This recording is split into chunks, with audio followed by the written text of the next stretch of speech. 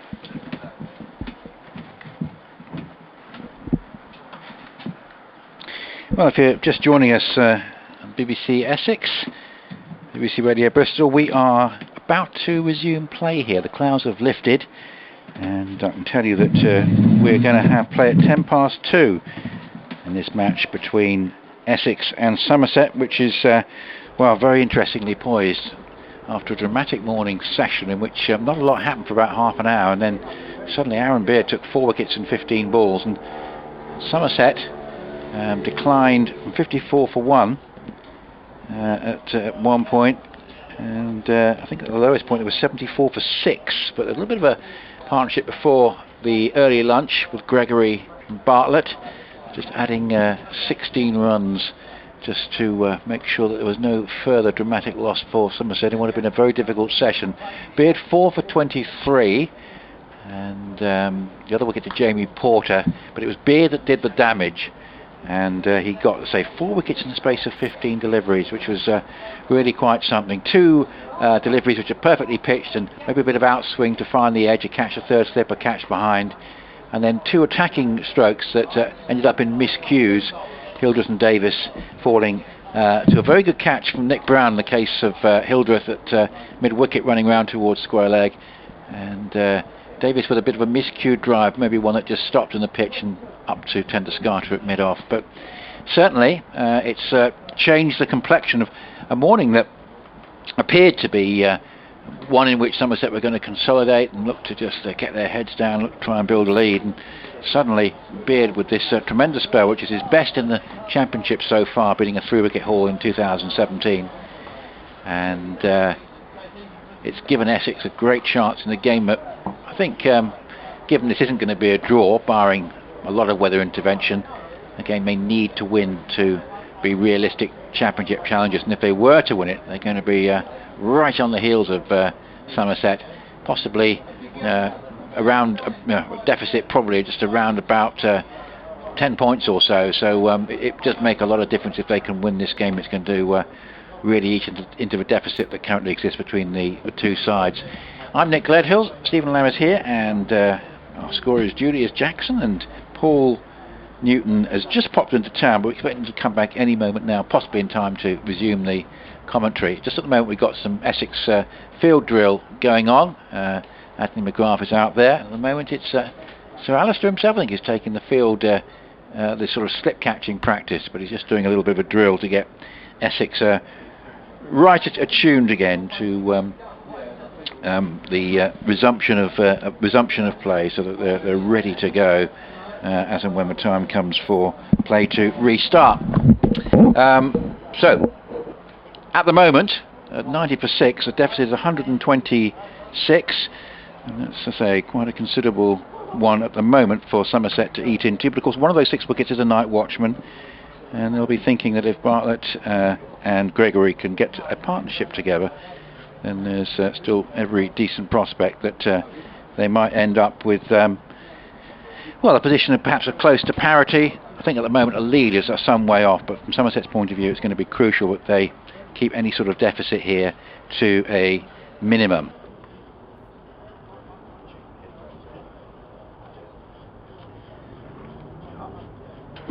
Just getting a bit of switch of our headphones there. I think it happens when we have rain breaks here. All our wires get tangled up because we're having to close things down, the result of possible rain getting onto our various broadcast equipment. But we're okay now. Actually, the cloud has lifted a little bit, and it's much higher. Looking over the horizon above the flats at the Hayes Close end, it actually looks really quite set fair. Stephen is with me. Stephen, Somerset have had a long lunch interval here, about an hour and a half effectively, to sort of try and digest, if that's the appropriate word, the events of the morning.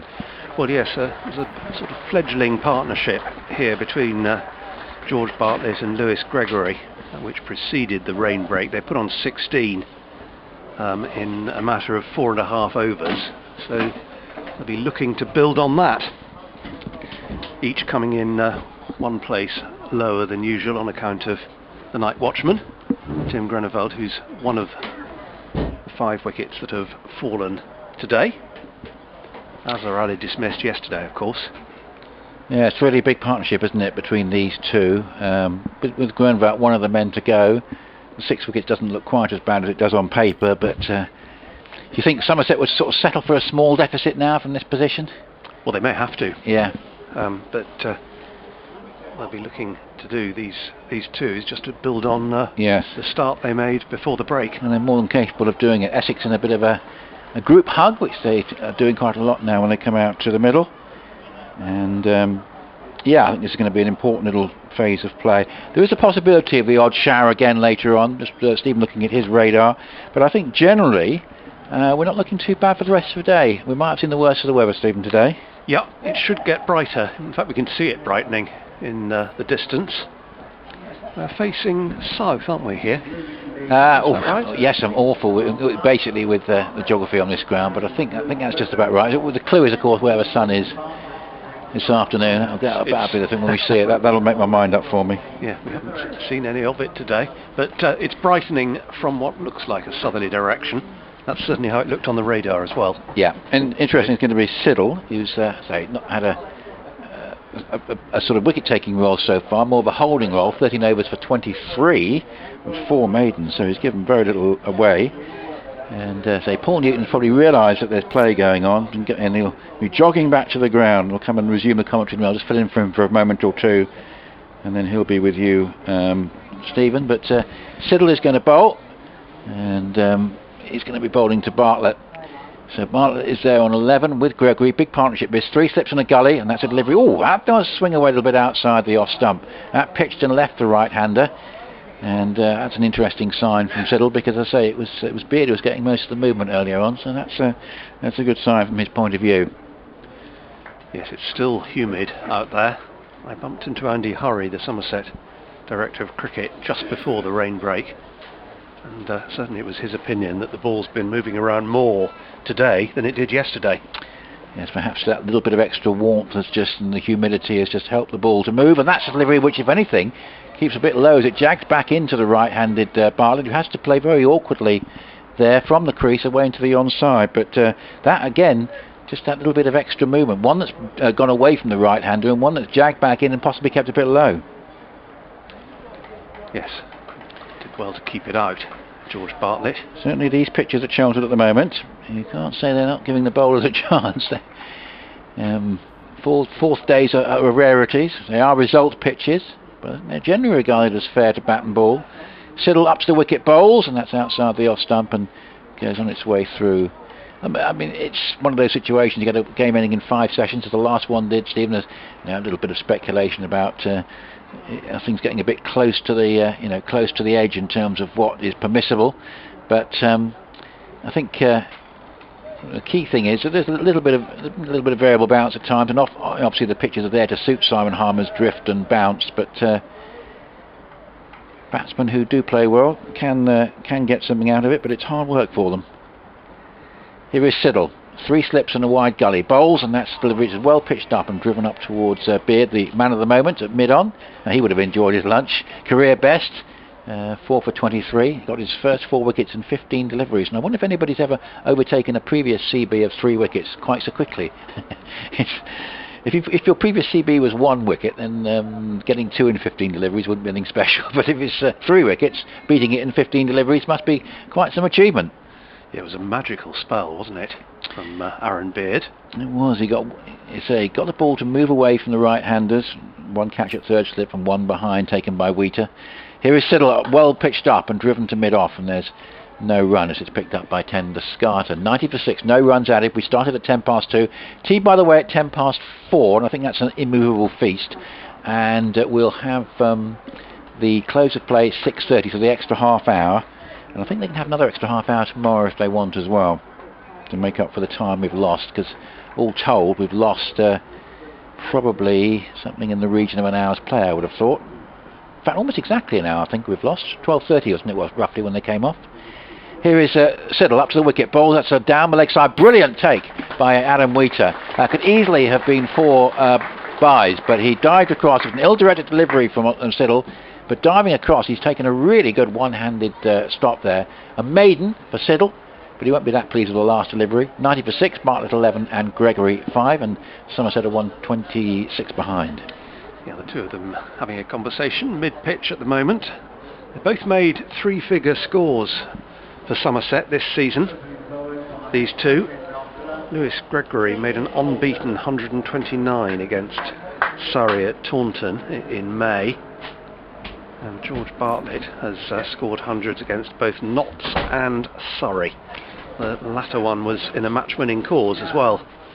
They both were, in fact, the one up at Trent Bridge and the one at Guildford. Just going to Porter's about to bowl to Gregory. Oh, there's going to be a bit of a delay, so just enough time to bring in Paul Newton. So it's going to be Jamie Porter from the Hayes Close end. This was the new ball pairing originally for Essex, and they're getting things underway on the resumption. Porter comes in, and this is helped on its way down to long leg by Gregory. It might be a leg by, it is a leg by, signalled by umpire Graham Lloyd.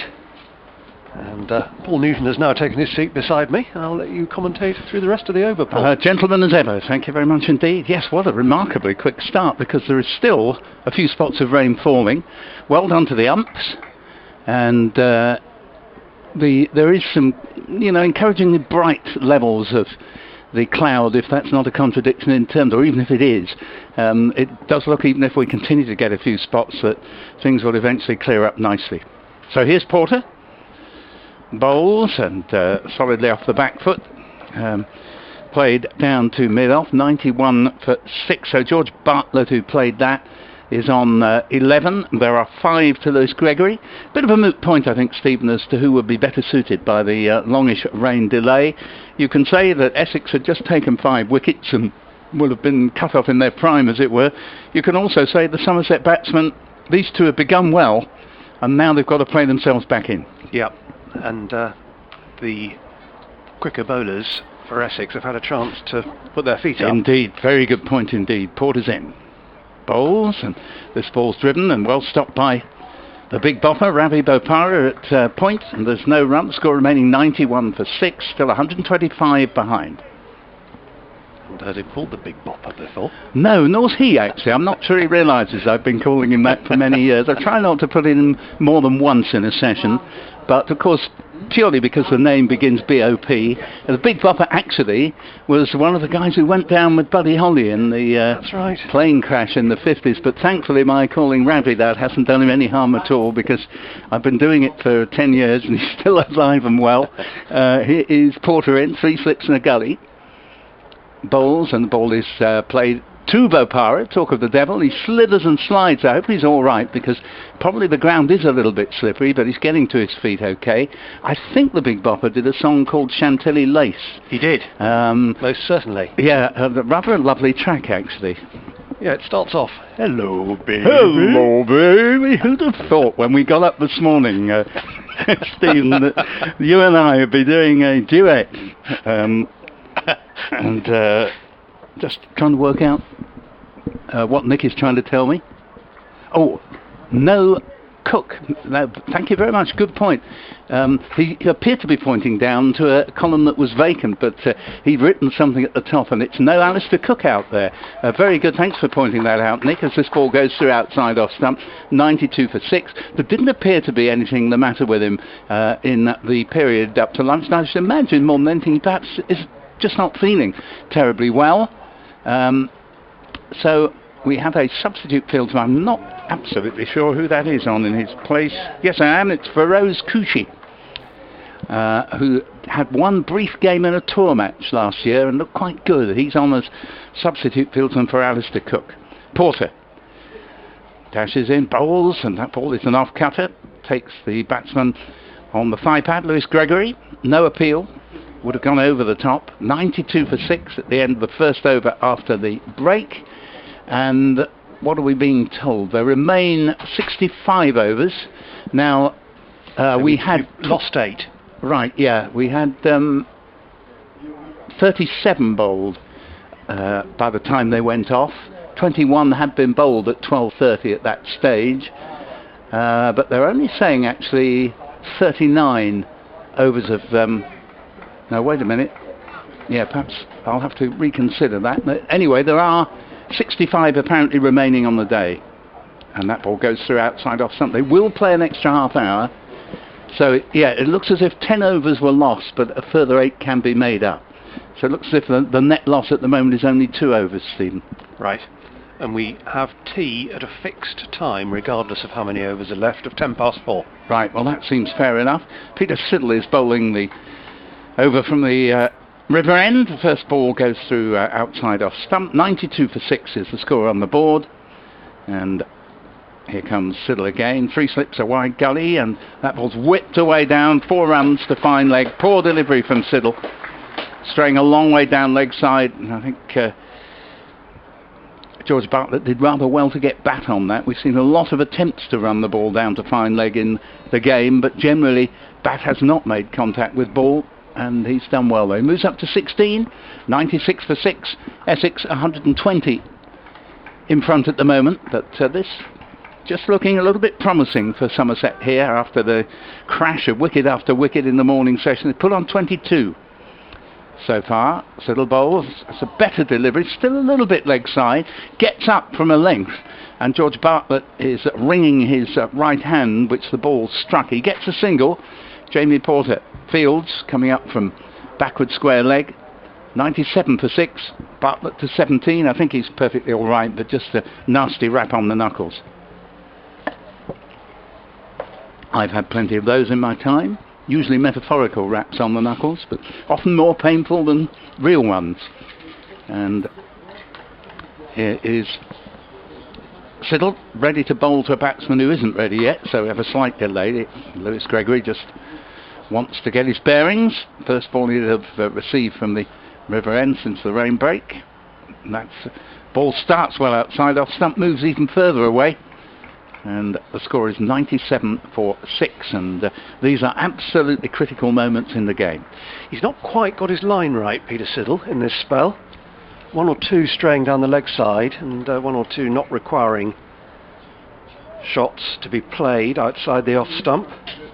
Tenduscarter has eschewed his normal option of bringing Harmer into the attack at the earliest opportunity, regardless of what the state of the game is, and obviously he thinks these are conditions for the seam bowlers.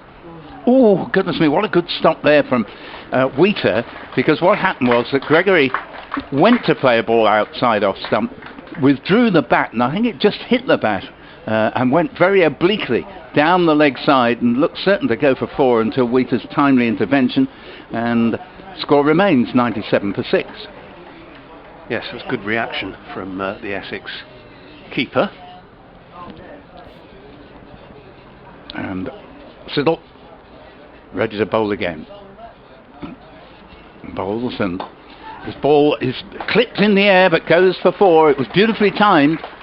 Wasn't far away from Nick Brown at mid-wicket, but 4 runs, 101 for 6. Somerset rallying here with this 7th wicket partnership.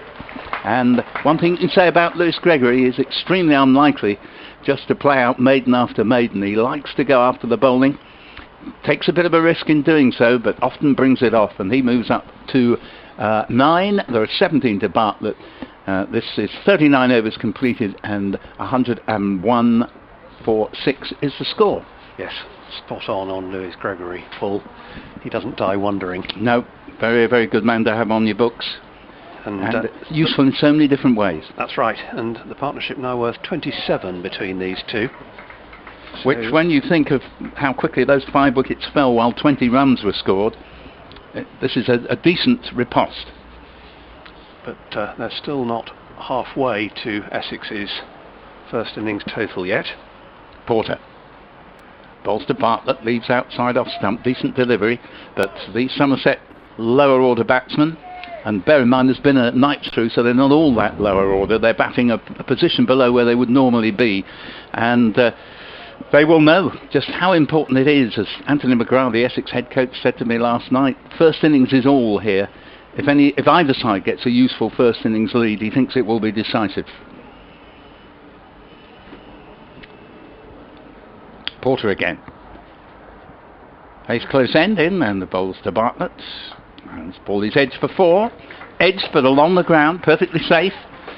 Bartlett will move along to 21, and there's a decent delivery again from Porter. Bartlett did play at it, It took the outside edge, went straight to ground, and went between third slip and gully. No chance to stop that. 105 for 6. Cook's back at first slip. And just being alerted by our scorer today, Julius Jackson, who was with David Jackman yesterday. You can only come into the box scoring if your surname begins with Jack, even though normally your Christian name might qualify you.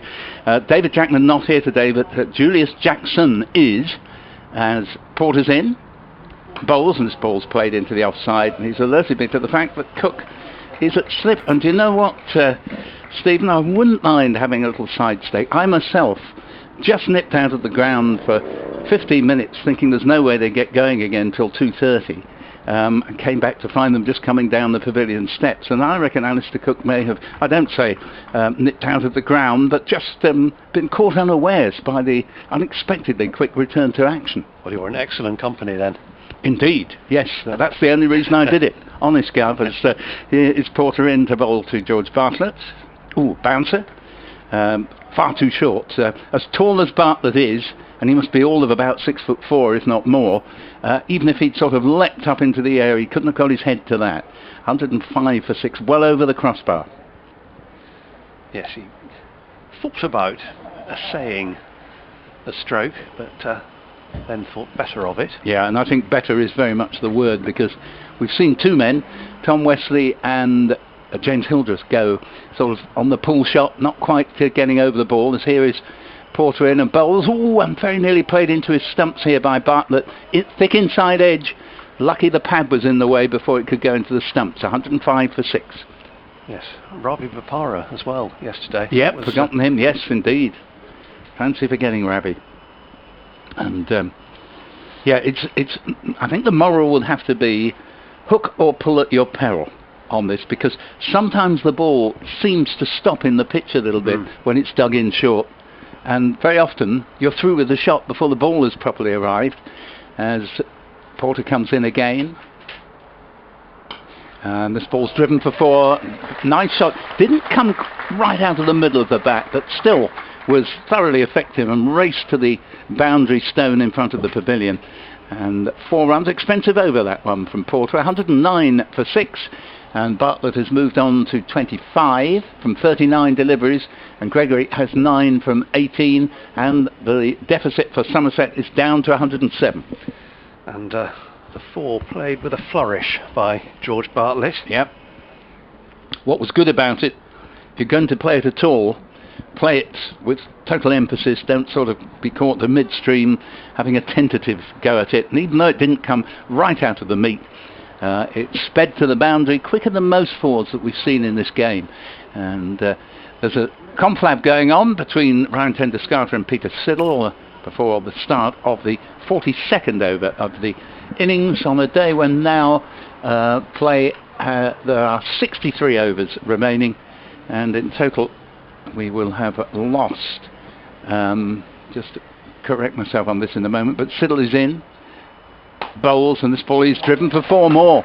Lovely shot through the covers here, and Nick Brown, who'd be the first to chase after it enthusiastically, conceded be no point whatsoever. Lovely shot there from Lewis Gregory. That did come out of the meat, beautifully timed. 13 to him, 113 for 6. Yep, over halfway Somerset, and this is a good partnership developing now between these two. They put on 39 between them, and they've had to start twice due to the break for rain. But that was a lovely stroke. It was. Siddle hasn't quite been at his best today. Bowls again, and that's a leave outside off stump. 113 for 6. Just getting this straight, they will have taken into account, with T now at 410 and an immovable feast in inverted commas. We've got 62 overs after this, at which point 26 will have been bowled specifically today. So 88 overs, there will have been a loss of 8 overs on the day, which very neatly, should the game still be going at the end of day 3, can be made up tomorrow. And will already be making up 8 at the end of today, all being well. Siddle bowls and defended to Aaron Beard at mid-on, no run. 5 of the last 12 deliveries have been hit for 4. Yeah, and that is a sign in some ways, if we think about it. the starts of, or resumptions of play, have tended to lead to a little spike in the run scoring. We saw quite a few fours from Nick Brown when play opened up yesterday morning, after Essex elected to bat, and sides haven't sort of immediately had a collapse at the start of their innings, as this next ball is played straight to Bopara at square leg. There's no run there, but possibly that break in play has turned out to favour the batsmen more than the bowlers, because actually neither of these batsmen has looked in much trouble since the resumption, and some of the bowling has been a little wayward. And the intent from both batsmen has been aggressive. Has to be the right policy, as long as it doesn't become reckless, and it hasn't so far. There have been good cricket strokes that have brought the runs. Little bowls, and this ball will produce another single. Just deflected down to fine leg, and Siddle has struggled with his direction in terms of consistency today. Probably at least a third of his deliveries have been leg side. 114 for 6. Yes, Aaron Beard has been loosening up, which makes a lot of sense. Yes, given the impact he made. That's right. Earlier today, because he in his first 3 overs, incredibly, took 5 wickets. Then a loose over for his 4th that went for 12, but then he bowled a very good maiden over to Bartlett before the rain break. Siddle's in and bowls, and that's through to the wicket keeper. And the end of the over, 114 for 6, 90 for 6 at the point of the rain break, so 24 runs added in very quick time by Bartlett, who's moved on to 25, Gregory, who's moved on to 14.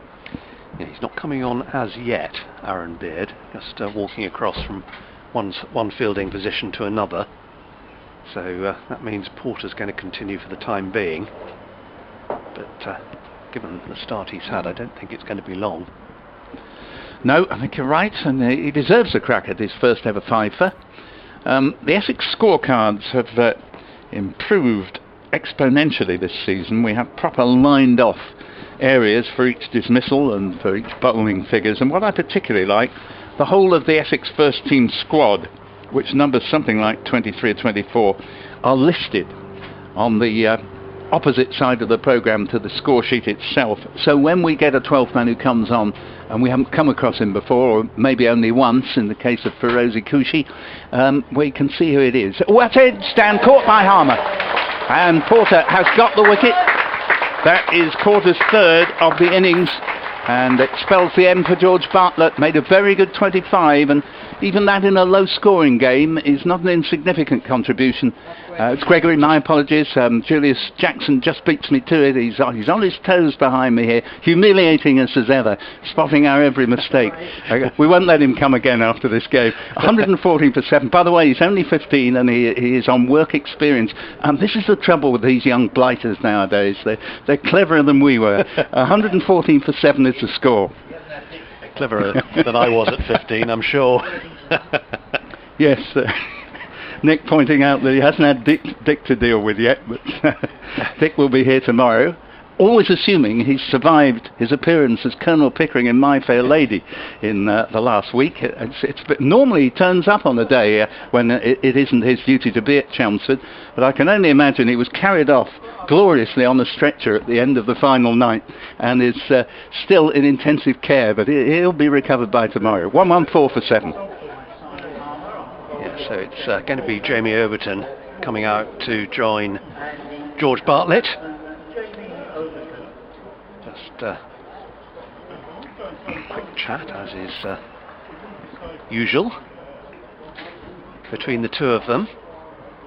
Just noting, Stephen, that partnership to the 7th wicket put on no fewer than 40, which in the context of the game is very, very useful. Very much so.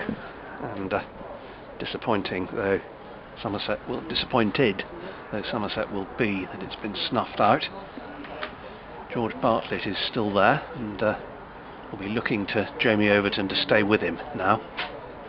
Well, there's a fair bit of height out there in the middle, with Jamie Overton making George Bartlett look smaller than he actually is, as here is Porter in bowls driven, and that ball's going to disappear to the 3rd man boundary. It was an authentic shot, it wasn't an edge, may not have come right out of the middle of the bat, but Overton got a delivery that was slightly too full, stretched forward, good use of the front foot, head over the ball, all along the ground, and it went off sort of what you might call a thick outside edge, but no a hint of a mistake there on Overton's part, and off the mark with 4, and the deficit now is down under 100, 118 for 7. Yep, nice way to start with your first delivery. As Porter again comes into bowl to Jamie Overton, and ball's played out into the covers. Bopara, no runner, 118 for 7. And you were telling us earlier, Stephen, that you found out yesterday that it's not an injury that's kept Craig Overton out of the game, but merely being rested to make sure that he's ready for battles to come, because we're in an intensive run of 5 consecutive matches. Certainly Essex are. They play every week, you know, starting last week and going through into 3 weeks' time. And you want to keep your bowlers fresh, and you're very blessed if you've got another Overton that you can replace the first one with. Very much so. Yeah, 2 very, very fine cricketers. Here is Porter, Hayes close end as ever. Bowls to Jamie Overton, always a bit lucky there because he didn't really use the feet as well as he did to his first ball. He sort of started to go forward, didn't to me transfer the weight, and just thrust at it and was fortunate not to edge it.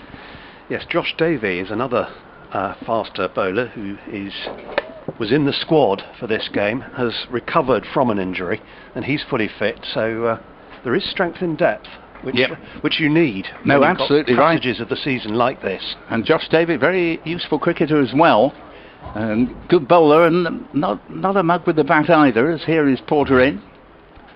Bowls, and Overton single to mid-on, who's very deep. Applause for a wicket taking over, Porter's 3rd wicket coming via Gregory being caught for 14, caught by Harmer. I've stupidly put down Wheater for some reason on my scorecard. Simon Harmer took the catch low at second slip, and it's not very fails to hold on to chances that go his way. 119 for 7, and Somerset, despite the loss of that wicket, have done well since the resumption when the score was 90 for 6. Yeah, it's still going to be Peter Siddle from the River End. Hasn't been on target all the time, but Ryan Tenduscarter keeps faith with the Australian, and 4 slips in. Yes, Somerset have been fortunate one way, and that Siddle has not actually been at his best today, as he comes in bowls, and this ball's deflected for a single down to Aaron Beard at wide mid 120 for 7. And Siddle, it's not that he's not produced some good deliveries, but he hasn't really bowled down one side. There have been too many that have been either down leg side or at least on middle and leg, which was the case in point there. So the score goes to 120 for 7, and Overton moves along to 6 from 5 deliveries. Siddle again, up from the River End. Bowls, and that's a leave outside off stump. 120 for 7. I had thought actually, Stephen, that what would happen is that Tenduscarter would have replaced Porter and brought Siddle on at the Hayes close end. The quicker bowlers tend to prefer to bowl from that end, going back to this morning this is, but it was an inspired decision instead to bring Aaron Beard on up there. Very much so. 4 wickets in his first 15 deliveries today. Yeah, might well be the key spell of the match. Yeah, indeed. He'll be hoping that he gets another chance to see if he can land his first 5-fer. Yeah, he's just taking his cap off at the moment, Aaron Beard. He's giving every hint possible to Ryan Tenduscarter. Look, I'm ready to go, mate. Fielding at mid-on at the moment. Siddle takes the ball off the skipper and prepares to bowl again. 120 for 7. Bowls now. Oh, appeal for LBW out. And that was looked from here a decision you could give, because although it was of full length, Bartlett didn't get far forward at all there. He rather shuffled across his crease. The ball was of Yorkerish length. There was no case for height.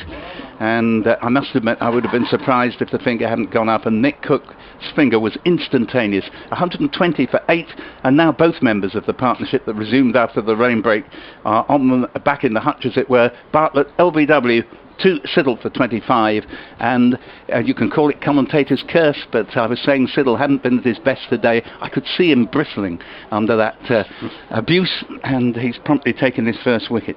Yeah, and they're still 94 runs behind Somerset, so a significant Essex lead is looking likely. Well, at this stage, you'd have to say that's absolutely right, and Essex will kick themselves if they don't get a useful lead. And of course, in a low-scoring game, even 40 or 50 is well worth having, to say the very least. And of course, Anthony McGrath, a benign presence. Doesn't matter how badly things might be going, he'll still come out if you interview him after the game, and he'll still have a smile on his face.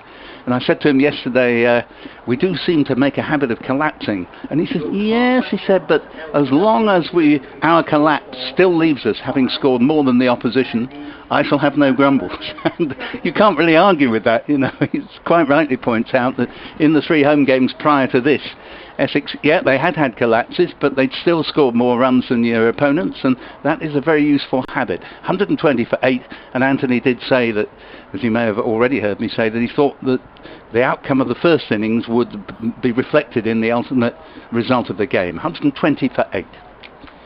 So the new batsman is Jack Leach, left-handed of course, come out to join Jamie Overton.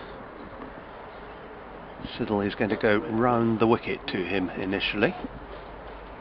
Ryan Tenduscarter is just signalling for something. Something in his eye.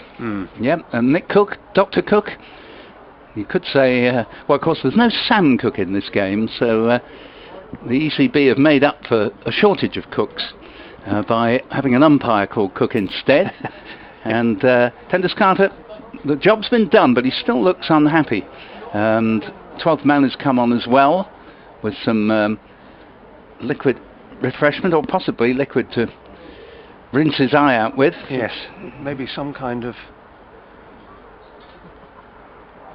something just to maybe ease the stinging, if stinging is there. Shot of Optrex maybe. Yeah, he looked in a fair bit of discomfort actually. He did, but he's all right now. He's trotting off to bat pad, and he's just putting the pads on, so we'll have a further delay.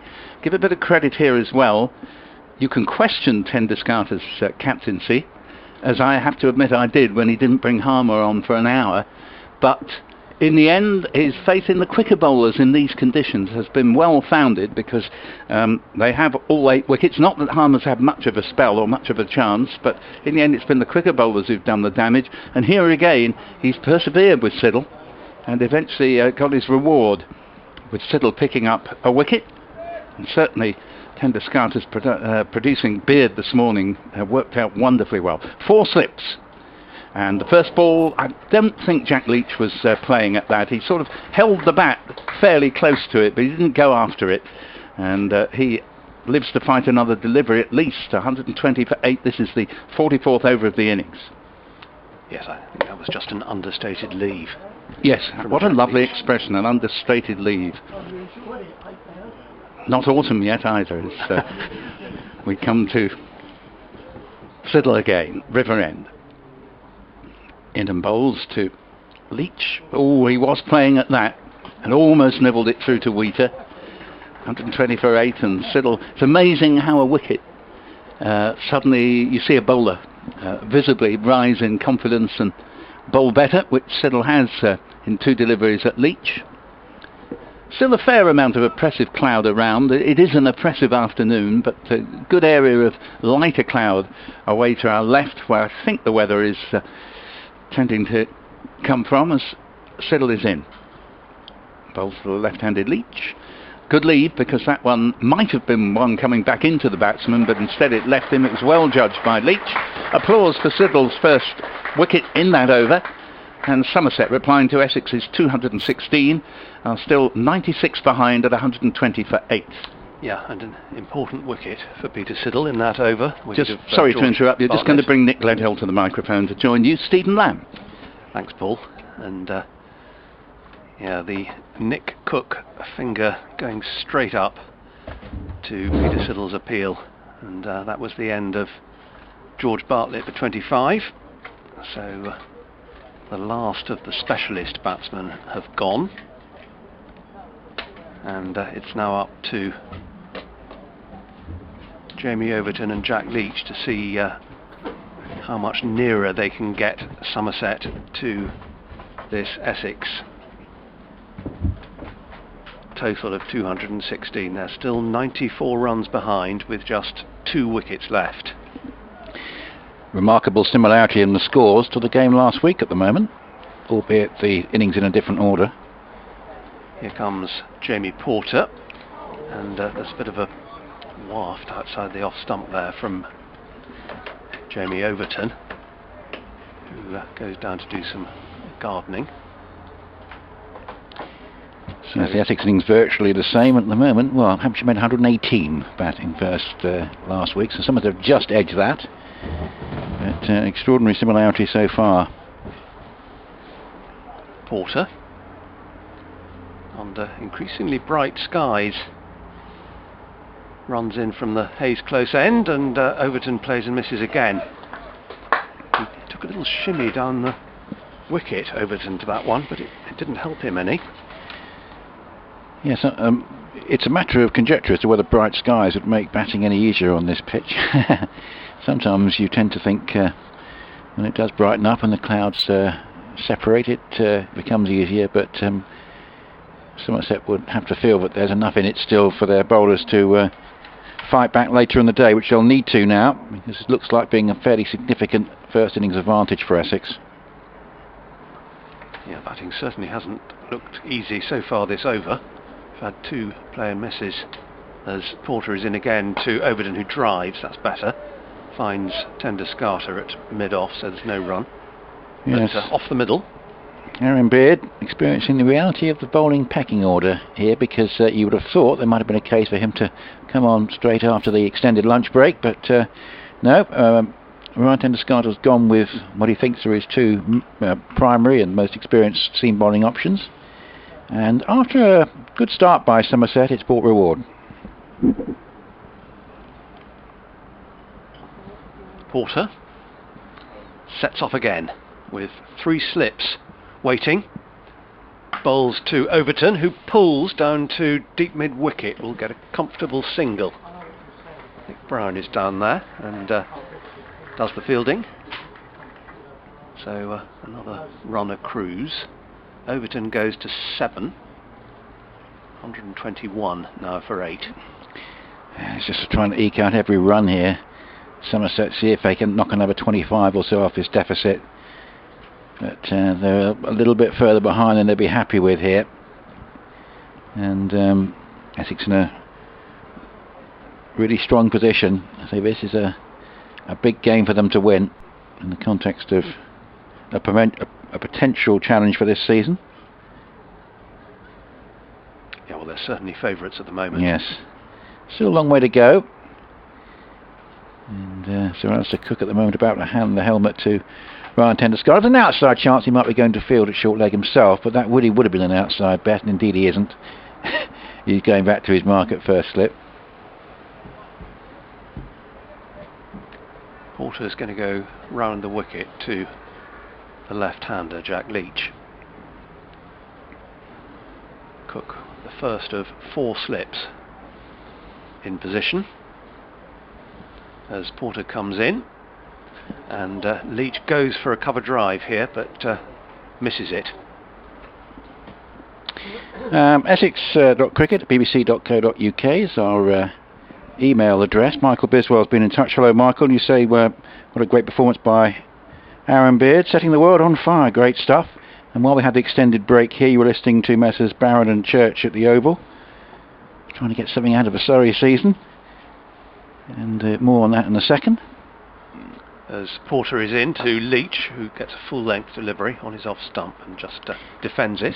If there's anything you can get out of the Surrey season, they're the men who'll get it, and having to try and find some brightness in what's turned out to be a very, very disappointing, albeit injury-hit defence of their title by Surrey. Just underlining the point how difficult it is to actually win this 2 years in a row. Essex did have a little bit of success at doing that in the 80s and in the 90s, but well, Somerset will have to have a go next year at retaining it, Stephen, which at the moment they'll be still hoping, even if they're able to lose this game, they'll still be leading by probably 13 points, and still in a good position. But Surrey just showing this year how difficult it is when you looking to be the team that has to be overtaken, or the team out there that everyone's aiming for, and it can be difficult to retain the title. Peter Siddle starts a new over, 121 for 8. Bowls to Jamie Overton, and that's just defended and pushed up to mid-on, where Beard is the fielder. So still 95 runs behind Somerset, and just the 2 wickets left. I just want to try and just eke out 25-30 runs if they can. But big wickets have been taken. The 2 in batsmen have gone. Siddle in again. Bowls to Overton, who wants a single here as he pushes it up to mid-on and will get it comfortably. Michael mentioning that Surrey's top score in their 194 was extras on 40, which was a good contribution. Warwickshire 208 for 6, so just leading by 14. Bad light at the Oval, and a couple of wickets from Morney Morkel, but yeah, Surrey just gradually fighting their way back into that game. They're going to probably look to keep Warwickshire, whatever Warwickshire lead amounts to, into manageable proportions. Still looking for their first win, of course.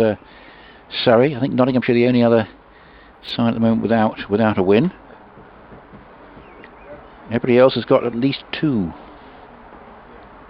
Here comes Peter Siddle bowling to the left-handed Leach. That's down the leg side. There's an appeal, or half an appeal, in the hope that that might have brushed something like a glove on its way through, but no conviction about it. It's interesting. 46th over, and how many overs has Simon Harmer bowled, Julius, in the innings? See if you can let me know. 5. No, we wouldn't have too much money on that at the start of the game. Siddle in, and it's defended by Leach. I think it's on account of the sideways movement that we've been seeing. That's certainly it, and he I think Tenderskart is still deciding that that's the best option, and no one's got in for long enough. I mean, obviously there was a possibility in that 7th wicket stand that had they stayed together for another 5 or 6 overs, I think there might have been a switch to Harmer, but in the end it wasn't required. But it's not something that you'll see, I think, too often. 5 of the first 45 overs being bowled by Harmer, the way it's going this season for him. Siddle bowls to Leach, who drives, won't get a run. It's fielded at mid-on. Very tidy spell it was by, well, 2 spells in fact, because he bowled 1 over last night and 4 today. 0 for 7. It was a good old-fashioned off-spinner's first innings holding spell, wasn't it? Just supporting the guy at the other end. Beard's figures more striking. 4 for 23 from his 5. Jamie Porter has 3 for 44 from 18, and Peter Siddle 1 for 39 in his 18th. Bowls to Jack Leach, who leaves that alone outside his off stump. Goes through to Adam Wheater, so that's the end of Peter Siddle's over. Jamie Overton has 8. Jack Leach yet to get off the mark. Somerset 122 for 8, so they still trail by 94. And down in Ipswich, been in touch saying after a disappointing batting performance, the bowlers are coming to the fore again with the overhead conditions and the humidity giving good swing bowling conditions. Also a word of praise to Andre Nell, the bowling coach, who Dan saying he's seen working and encouraging Aaron Beard since the university game at Fenners, and that encouragement starting to bear fruit. Maybe the kickstart that Aaron Beard needs to really push on with his county career. He could become an excellent product of the academy system. Well, he's had a really good day. His championship best, Dan, and it's been terrific to see. Jamie Porter is going to continue from the Hayes close end. It's going to be at least 1 run here for Jamie Overton. He wants another one, and he's quick. There's a direct hit, but Jamie Overton was safely home. Doesn't take too many strides for Jamie Overton to complete a run, and he was right on the button there. and take him into double figures, and the total to 124 for 8. Afghanistan need 263 at Southampton to get their first win and effectively probably deny Bangladesh any chance of qualifying, or any realistic chance. 262 for 7. Bangladesh, and they really pushed on in the last few overs there to good effect to get a pretty good score on a used pitch. Here is Porter again, down the leg side, and will be a single. It's going to be a leg by, in fact, just brushed Jamie Overton's pad on its way down to long leg, so another run accrues, another extra 125 for 8. Yes, so now 91 behind. Only this morning was a fairly sedate start to proceedings. First half hour, not a lot happened. Looked like Abel was settling in. Actually, Grunwald, did the night watchman's job really well, didn't he? Batted for the best part of an hour. His task as a night watchman, batting on the next morning to wear down the bowlers to make it easier for the batsman coming in, and he was doing that really to great effect. 54 for 1 it was at one point before Abel got out. LBW to Porter to one that nipped back. He was gone for 36. That was a good knock from Abel. Porter bowls this time to Leach, who drives. Will get runs here. Might get 4 of them. I think it's just going to be pulled up inside the rope. It is. And they're going to run 3. Leach quickly through for the 3rd. So that takes him off the mark. And the deficit dips below 90. It's down to 88 now, but that is still significant.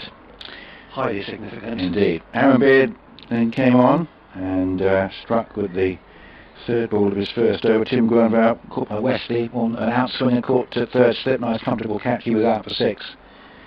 And then all sorts of things happened in Beard's 2nd over. As Porter bowls again, this is pulled, it's up in the air, it could be out. It's taken down at deep square leg. The 9th wicket has gone. Jamie Overton dismissed. Brown Pull at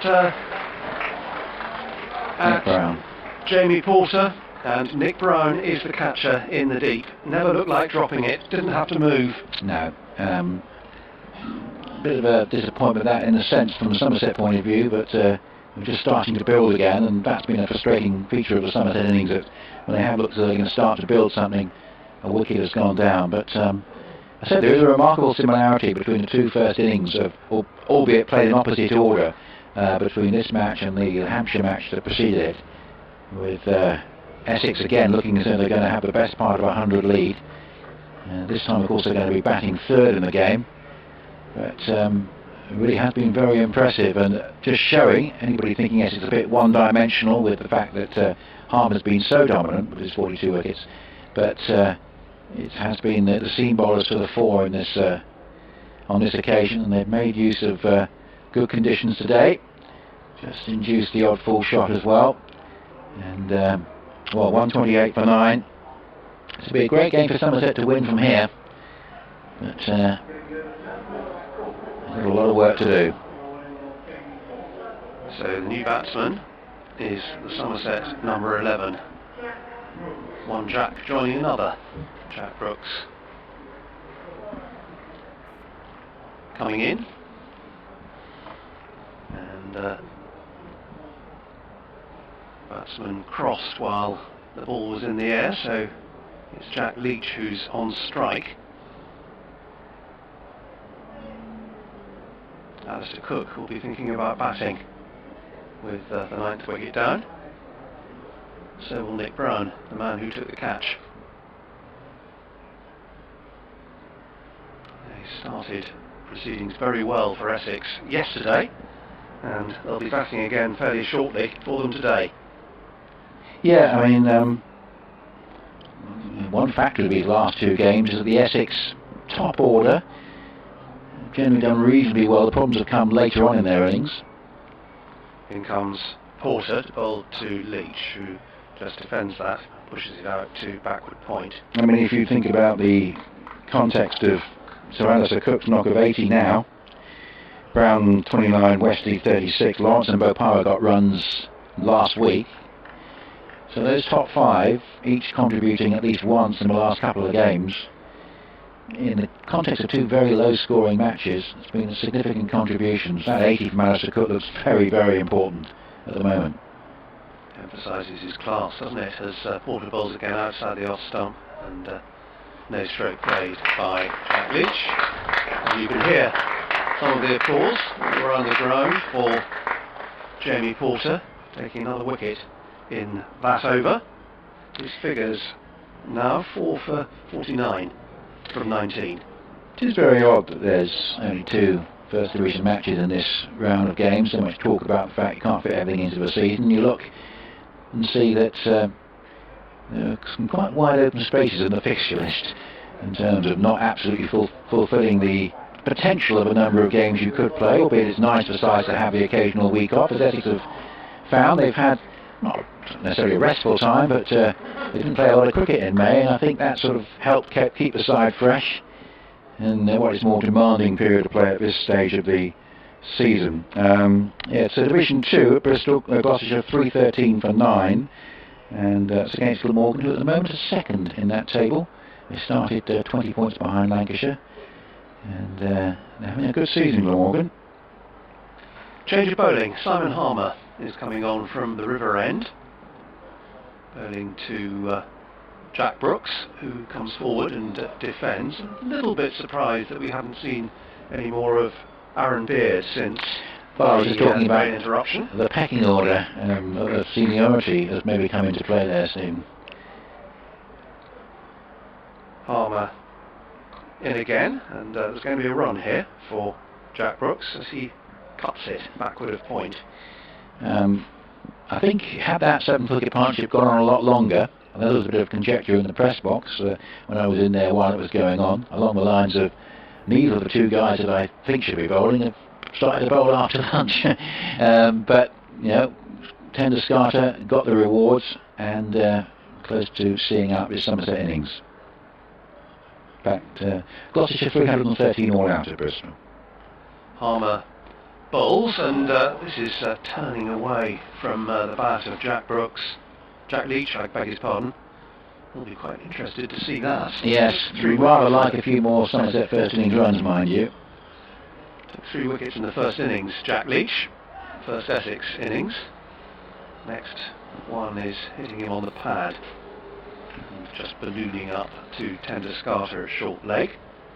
2 slips in as well. Short extra cover for Simon Harmer, who's in. And again, Jack Leach plays and misses. So obvious signs of turn for Simon Harmer, who's in again, and this time the left-hander doesn't have to play a shot at it because it starts off outside his off stump. So applause for that over from Simon Harmer. 129 for 9, Somerset.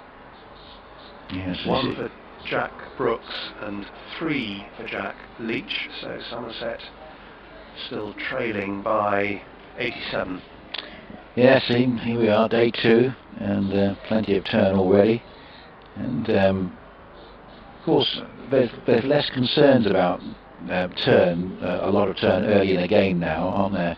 And something that Essex can use to their advantage. They want to try and make Chelmsford a place where they come and expect to win, and then see what they can achieve away from home. Really, Essex is, whether they do win the championship, let's say they win this game, if they were to go 13 points I think behind Somerset, if they were to win the championship they'll have to up their form away from home, and of course Harmer gets something close to about 3/4 of his wickets at Chelmsford, so and clearly not going to prepare pitches to suit Simon Harmer. So I think that's going to be the test for Essex away from home, as to whether they can start to win games there as well. But at Chelmsford, they're a formidable unit. Jamie Porter's going to continue from the Hayes close end. That's a massive bouncer. It's also a no ball. So that'll take the total on by 2 to 131 for 9. Don't often get sides winning the title, Stephen, who aren't able to win away from home, or don't get at least a couple of victories away from home. Very rarely get a situation where sides rely totally on their home form. Well, Somerset have had 3 away wins. Well, that's the point. Yes, I was just going to bring that up. Here's Porter bowling to Brooks, who cuts straight to backward point, and Nick Brown, no run. There's quite a lot at stake here. Somerset starting 115, so they've just got the 3 bowling points. They're not looking as though they're going to get a batting point here. Essex starting on 85 have got a batting point, and they're going to get 3 bowling points. So when you do the maths, the gap, if Essex win, I think it's going to be 13. Porter bowls to Brooks, who just pushes that up to mid-on. No run. It'll mean that Essex, who are still behind Hampshire on the table, will overtake Hampshire should they win. But as I said, it's a really appetising look at list of fixtures next week, including Somerset and Hampshire at Taunton. Here is Porter in to bowl to Brooks, who gets everything behind that, pushes it up to tender scatter at mid-off. No run. I would say that Somerset have not been as bad as Hampshire were last week. I think Hampshire, I didn't see the second Hampshire innings, I think it probably was worse than the first. But there's a couple of batting errors, but it's been pressure forced by the bowlers. But it's not been easy to bat out there. And it's going to have to hope Somerset, but they're going to have to probably knock over Essex for 150, I would have thought. Here comes Jamie Porter again into Jack Brooks, who plays that in the air briefly out to backward point. It falls well short of Nick Brown there. We were talking about the Beard sequence of wickets and mentioning that Grunwald was the first, and then, as I say, he struck again in his second over, and got wickets there, the first and fourth balls of those overs, with first of all Hildreth and then Banton being men to go. This one from Porter has knocked out Jack Brooks's middle stump. That is the end of the Somerset innings. They've been bowled out for 131. So the first innings lead for Essex is 85. We thought it would be significant, and it is. Yeah, it's pretty similar, as I say, at the moment, pretty similar to the game last week. I think the Essex lead was slightly more over Hampshire, but very little difference. But now Essex are going to have to just get their heads down and look to try and blunt the Somerset attack. And as I say, if Essex are still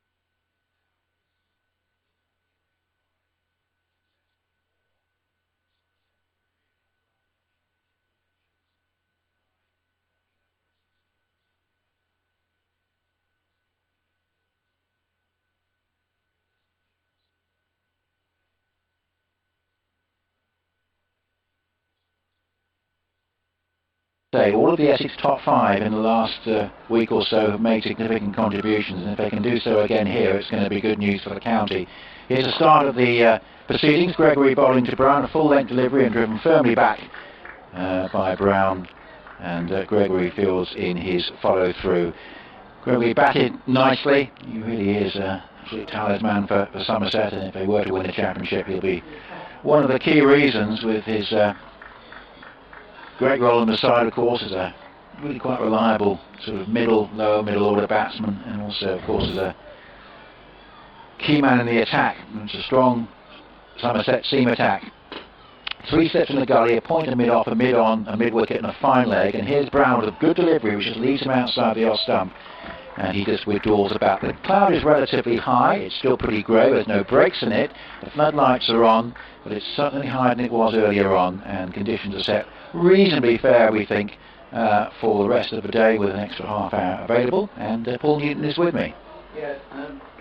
Yes, indeed. Thank you, Nick. 53 overs will remain of the day at the start of this Essex innings. So that's 53 remaining, including the one currently being bowled. Gregory from the Hayes close end bowls to Brown. Brown just leaves that alone, just withdrawing the bat. Somerset will know that the weakness for Essex, there has been one in the last couple of games. There's not a lot of runs from the lower half of the order.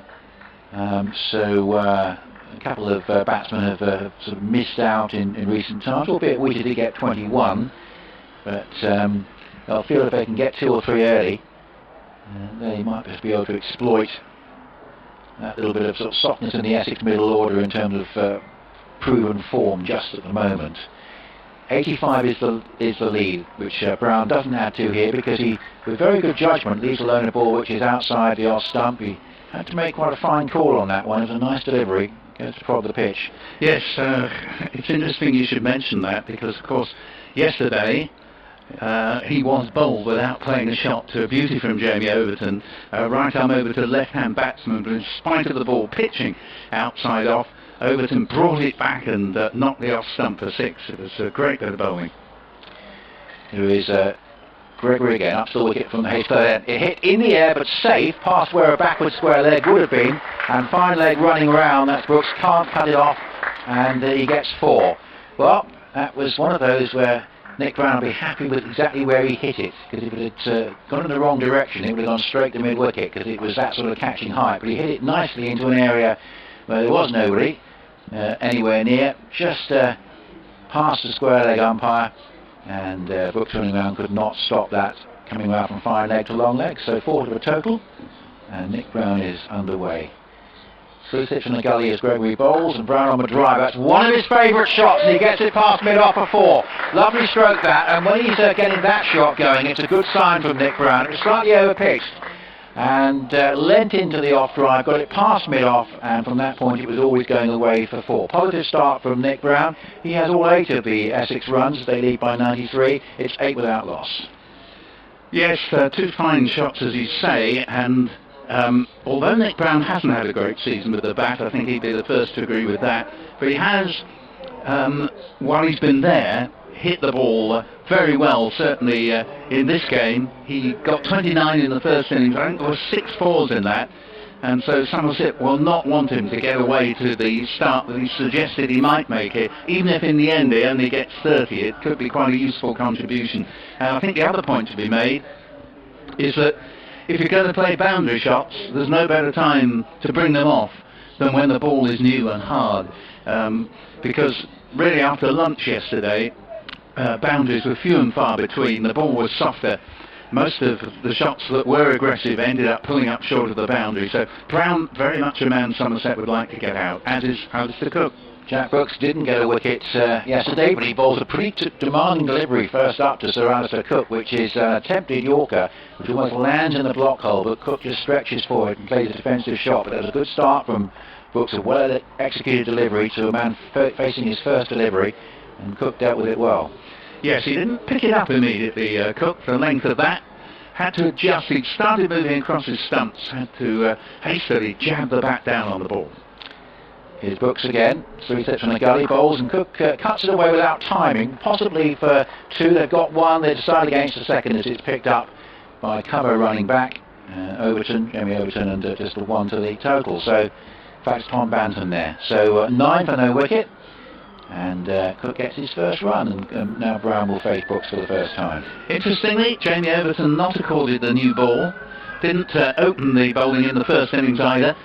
Somerset will need Jack Brooks to cut out the loose deliveries that he bowled on the first morning, where I think one particular over went for about 12. In a low-scoring game, and Essex leading by 85, Somerset can ill afford a couple of expensive overs with the new ball. And Brooks goes around the wicket and bowls, and a nice little clip off the toes here from Brown, away for at least 2, being chased around the boundary from fine leg to long leg.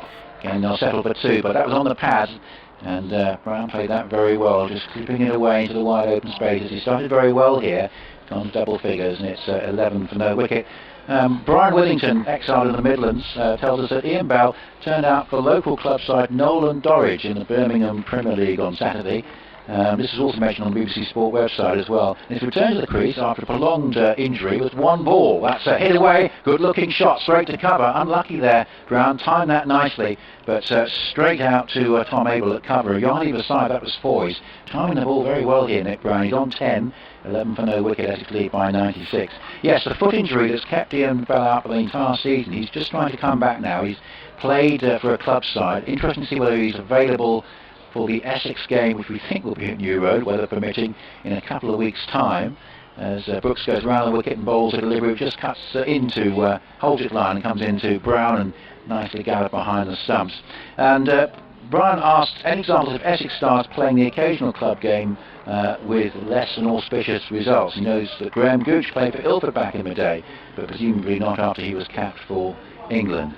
So, interesting thought, Brian. It's certainly not unknown for certainly club sides to have star players making an appearance. This is well pitched up, and again a nice stroke by Brown off his pads for 2 more, just working his way into slightly squarer direction this time. But he really has started well, and Brooks has bowled 2 deliveries on Brown's pads, and he's played similar strokes, that one slightly squarer, but just easily pushed away into the big gaps. And it's a very positive start here by Nick Brown. He has 12 of the 13 runs. Essex are 13 without loss and leading by 98. Well, I think in answer to the email, I think Tom Wesley, for example, I think I remember him playing club cricket for Saffron Walden to try and get back into form, or it may have been after he returned from an injury, and Essex certainly have made good use of sending players out to have a game with their club sides. Paul Grayson, I seem to remember, might well have had a game or 2 with Bury St Edmunds back in the day. And of course, in the old days, Essex also used to take the leading run scorer at a given club when they used to go around the grounds if they were a player or 2 short. 3 sits on the gully as Gregory bowls to Alistair Cook, and it's outside the off stump, and he's happy to leave it alone. Brown's had most of the strike. The fact he's outscoring 12 to 1 Cook at the moment is partly because he's actually started very well indeed. Well, this was true in the first innings. If you'd just come and you didn't know the difference between the two, you'd have said, that fellow Brown must be the guy who's got all these runs for England. Bloke at the other end just looks a bit scratchy, because Alistair didn't actually look particularly in form, and I don't think he was, but typically of the man, he fought his way through for that 80, which, as you say, was so valuable. Gregory from the Hayes-Pledge end bowls to Cook, who this time goes onto the back foot. Thinks that there might be a single there. Brown was interested, but he basically said no, because he's played it out to Tom Abel coming in the covers, who's looking to G up his troops here. He knows that he's got a serious contender for Somerset's first title if this game goes against them. Essex will be 13 points behind. It's the same number of games. Yes, I think it's hard, Nick, to think that Hampshire are a bigger danger to Somerset than Essex. Unless Hampshire go there and win next week, which is the next round of games. 13 without loss, and Cook here just takes his hand off the bat as he plays that up towards mid-wicket. Hampshire, I think, were a much stronger side with Markham, Vincent Dawson in it than the side we saw last week. It's made a heck of a difference. Yeah, no, that's a fair point. They have been unlucky. They didn't play well last week, and I think everybody recognises that. But it's tough having 2 guys playing no cricket because of the World Cup. Just going back to what I was saying earlier, in the old days, Essex only had a staff of 12 players, and if they were short at all, and let's say they were going to Colchester, a fellow called John Wright, brother of Peter Wright, leading Colchester United player, made a very good 40 there once. He's not missing any cricket because Lewis Gregory has aborted his run-up on his way in and will now have to walk all the way back. John Wright went in, as I say, just as a club player and made 40 for the county one day when I was down at the Castle Park. That would have been either late 50s or very early 60s, and that would happen sort of going around the county as Essex did. They had 8 or 9 grounds at which cricket was played in those days, and they did have a very small professional staff. 13 without loss. Gregory up to the wicket. Bowls, lovely delivery. He beats Hook outside the off stump. That one pitching right about middle and off and leaving him. And he was drawn into a stroke there. That was a lovely piece of bowling. Really was. And kept a bit low as well. And maybe Cook would have been well advised to get on the front foot there, but he survives. Very well bowled by Gregory. And as was the case in the first innings, it's Brown rather than Cook who looks the informed batsman. Surrey fought back against Warwickshire. Warwickshire 223 for 8, just 29 ahead at the Oval. As here, Cook just comes forward and plays it up towards mid-on, and there's no run. 3 wickets for Sam Curran, 2 for Morkel, 2 for Jordan Clark. So still a chance that Surrey can get that elusive first championship win of the season and really put some distance between Nottinghamshire and everybody else if they were to do that. Yeah, Surrey played well today, to give them due credit. They looked out of it overnight, but they had fought back well, and that first innings lead, if it's only say 30 odd, wouldn't be all that significant. Here's Gregory again bowling, and Cook plays up into the onside, up towards mid-on. Of course, very big game in the World Cup tomorrow, England against Australia, pressure on England. Today it's Bangladesh and Afghanistan. Bangladesh lead 263, they're 45 without loss in the 9th over, making their usual pretty good start, which is what they tend to do. Here it's a lead of 98 after that maiden over, 13 without loss is the Essex score. What would your suspicion be, Nick, in terms of the winner of the England-Australia game tomorrow? Any thought that one side might come out on top?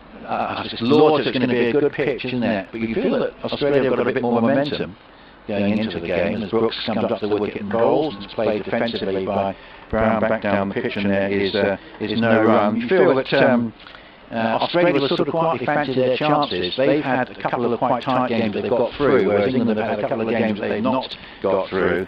And the pressure's going to be on. David Warner will be relishing it, I'm sure. He's been getting a lot of runs. And Brooks going round the wicket, bowling, well pitched up, driven away for 4 through mid-off by Nick Brown. Lovely shot, over pitch, and it's a beautiful stroke. He really is playing well. For a guy we say he's not been in the best of form this season, that's a lovely stroke down the ground. The second one he's played in the innings. Well, credit to him, because he could easily sort of go into a shell. He often bats very slowly, but I think he's come out fighting, and certainly his fielding, that catch he took to get rid of Hildreth, was the beginning of the collapse, really. The night watchman had gone before, but it was the beginning of the collapse.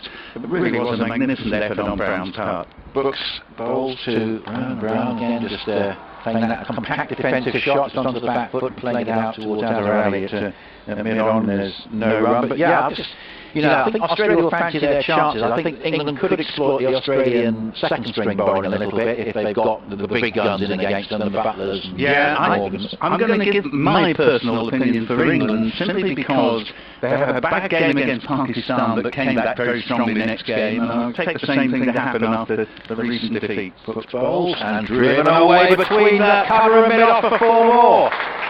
It's another very, very good shot indeed. And, he is really in commanding form, Nick Brown. 2 splendid boundaries in this over. Jack Brooks again proving expensive. The first one was sort of between mid-off and the stumps, and the second one between cover and mid-off. 2 splendid strokes for over-pitch deliveries. Yeah, 21 without loss. He went for 3 consecutive boundaries to Nick Brown in the first innings, and this could happen if the next one goes for 4. Brooks going around the wicket bowls, that's outside the off stump, and Brown doesn't need to play at it. So that's perhaps equally sort of demoralising for the bowlers. When a delivery outside the off stump, you think, well, I've got plenty of runs in this over. We've got a lead now which is just sneaked above the 100 mark. And this is really a wonderful position. They've had a very, very good day. They're 106 ahead at 21 for no wicket. Yeah, and I don't think it's that the pitch is going to get any easier. Brooks goes round the wicket, bowls, and Brown drives between cover and mid-off for 4 more. 3 boundaries in the over, 3 over-pitch deliveries, but superb batting from Nick Brown, and well, he'll be getting a lot out of this, and I'm sure Sir Alistair will be giving him suitable congratulations and saying it's good to see you hitting it out of the middle and looking good, because he is 20 to Brown and 1 to Cook. 21 without loss, 25 without loss, so the lead goes to 110, and early worrying signs here for Somerset, who've got to keep a lid on this. Well, Essex are advantaged by that first innings lead, because in a sense it gives a licence to Nick Brown to go for his shots. Cook's probably said to him, you keep hitting the boundaries, I'll keep blocking an end up. Yeah, he's played to our strengths. Yes, he's played very well. Now, Somerset's got to make something happen here. They're in a bit of a corner. Gregory bowls, and almost there, because Cook went on a drive and it's taken the sort of inside half of the bat and rolled out rather apologetically to mid-on. That's certainly not where he wanted to hit that one. It's gone out to Grunwald, but it was a good first delivery from Gregory. 25 without loss after Somerset bowled out for 131. You do get some pitches at Chelmsford which actually become easier to bat on as the game goes on. I don't think this will be true of this one, and I think Simon Harmer didn't get a wicket first innings, or have a much longer bowl second. Alistair Cook averaging 50. A pure LBW here, just got rather tucked up by that delivery. Looking to work his way into the onside, going across the crease. Gregory thought he had his man, he's still down in his haunches, but he's not going to get anything out of the umpire for that one. Umpires Cook and Lloyd, and well, he was pretty confident there as he went across the crease there, Cook. It's interesting that, in fact, I was going to say that Cook, who spent a long time explaining to Peter Siddle why he'd given an appeal not out, I didn't think he was going to talk to Lewis Gregory there, but eventually he follows the bowler and does explain to him why he gave it not out. We're not in a position to tell from fine leg, but it certainly wasn't given not out for height, because that was keeping low. He's certainly gone across his crease. Gregory bowls again to Cook, and Cook works one way off his pads for at least a single, probably no more than that. Brooks is onto it now, running around from fine leg, cuts it off and throws into Davis, and there's just the one for the total. But nice stroke by Cook, on leg stump, just played a similar shot to the one that Brown's played a couple of times, just as a single on this occasion.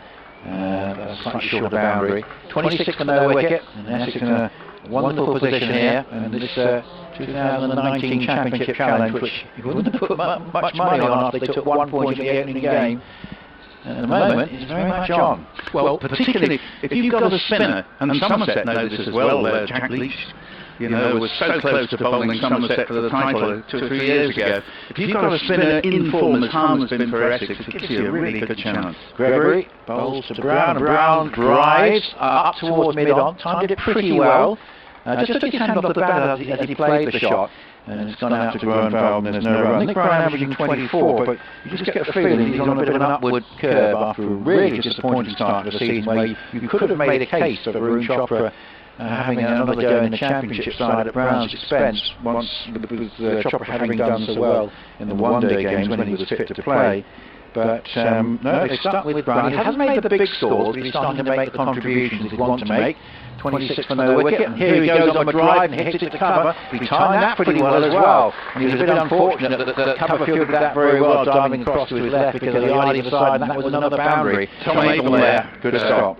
Somerset's outstanding fieldsman saves a mountain of runs in the covers. I reckon yesterday that he saved at least a double-figured number of runs that were above and beyond the call of duty, and that was a further example. It's a moot point whether any other fieldsman in the side would have stopped that. It was beautifully struck by Brown and so near to being another 4. He's gradually improving his average by the game, Brown, as this one is worked away just into the onside and there's no run, but as I say, it's still at a fairly low mark because his recent scores are 29 in this match, 31, 35, 24. He did get 67 against Nottinghamshire, so what he's looking to do really, he's starting to get in now, is try and make the really significant contribution. He started well, he's on 24, Cook is there with 2, 26 without loss, but building on a first innings lead of 85. Of course, what really will be annoying Nick Brown at the start of his career, he got 300s, only having his first game in 2014. He got 300s that season,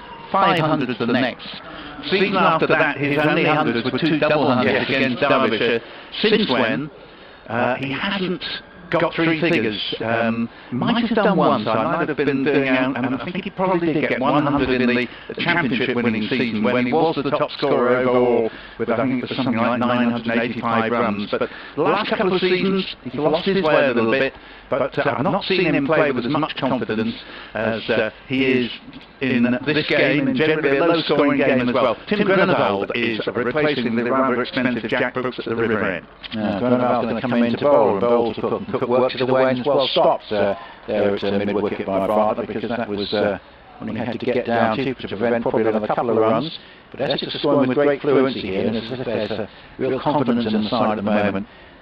Dealt with Hampshire, and at the moment they're going to deal with Somerset. Still a long way to go. This is a wonderful position. 111 ahead. It is. I mean, in a lot of games, it's tough going against the new ball, but I think it's easier to score runs against the new ball on this pitch than it is once it gets softer. 26 without loss, and always a delivery going down the leg side and gathered in by Davis, just going across. Yes, so Aaron Beard's 4-wicket haul slightly, well, sort of numerically eclipsed by Jamie Porter's 5, but he gets at least a share of the honours for me, because those 4 wickets, I know one of them is a night watchman, but they came at a crucial stage in proceedings, didn't they? Oh yeah, I think of the two, if you had to give a special medal, it would go to Aaron Beard, not out of sentiment, but he got 4 wickets at an absolutely critical point of the innings. 3 particularly big wickets as well, as Grenevald bowls outside the off stump, and Cook leaves alone. But backed up, Nick, by some wonderful catching. Nick Brown's catch was very, very high order indeed. Mistimed pull from James Hill was such a key wicket, and Brown hurtled along, threw himself headlong to hold it inches off the ground. There was a good slick catch from Tom Wesley. OK, should have caught it, and a very good take by Adam Wheater. Also low down, went a long way on the dive.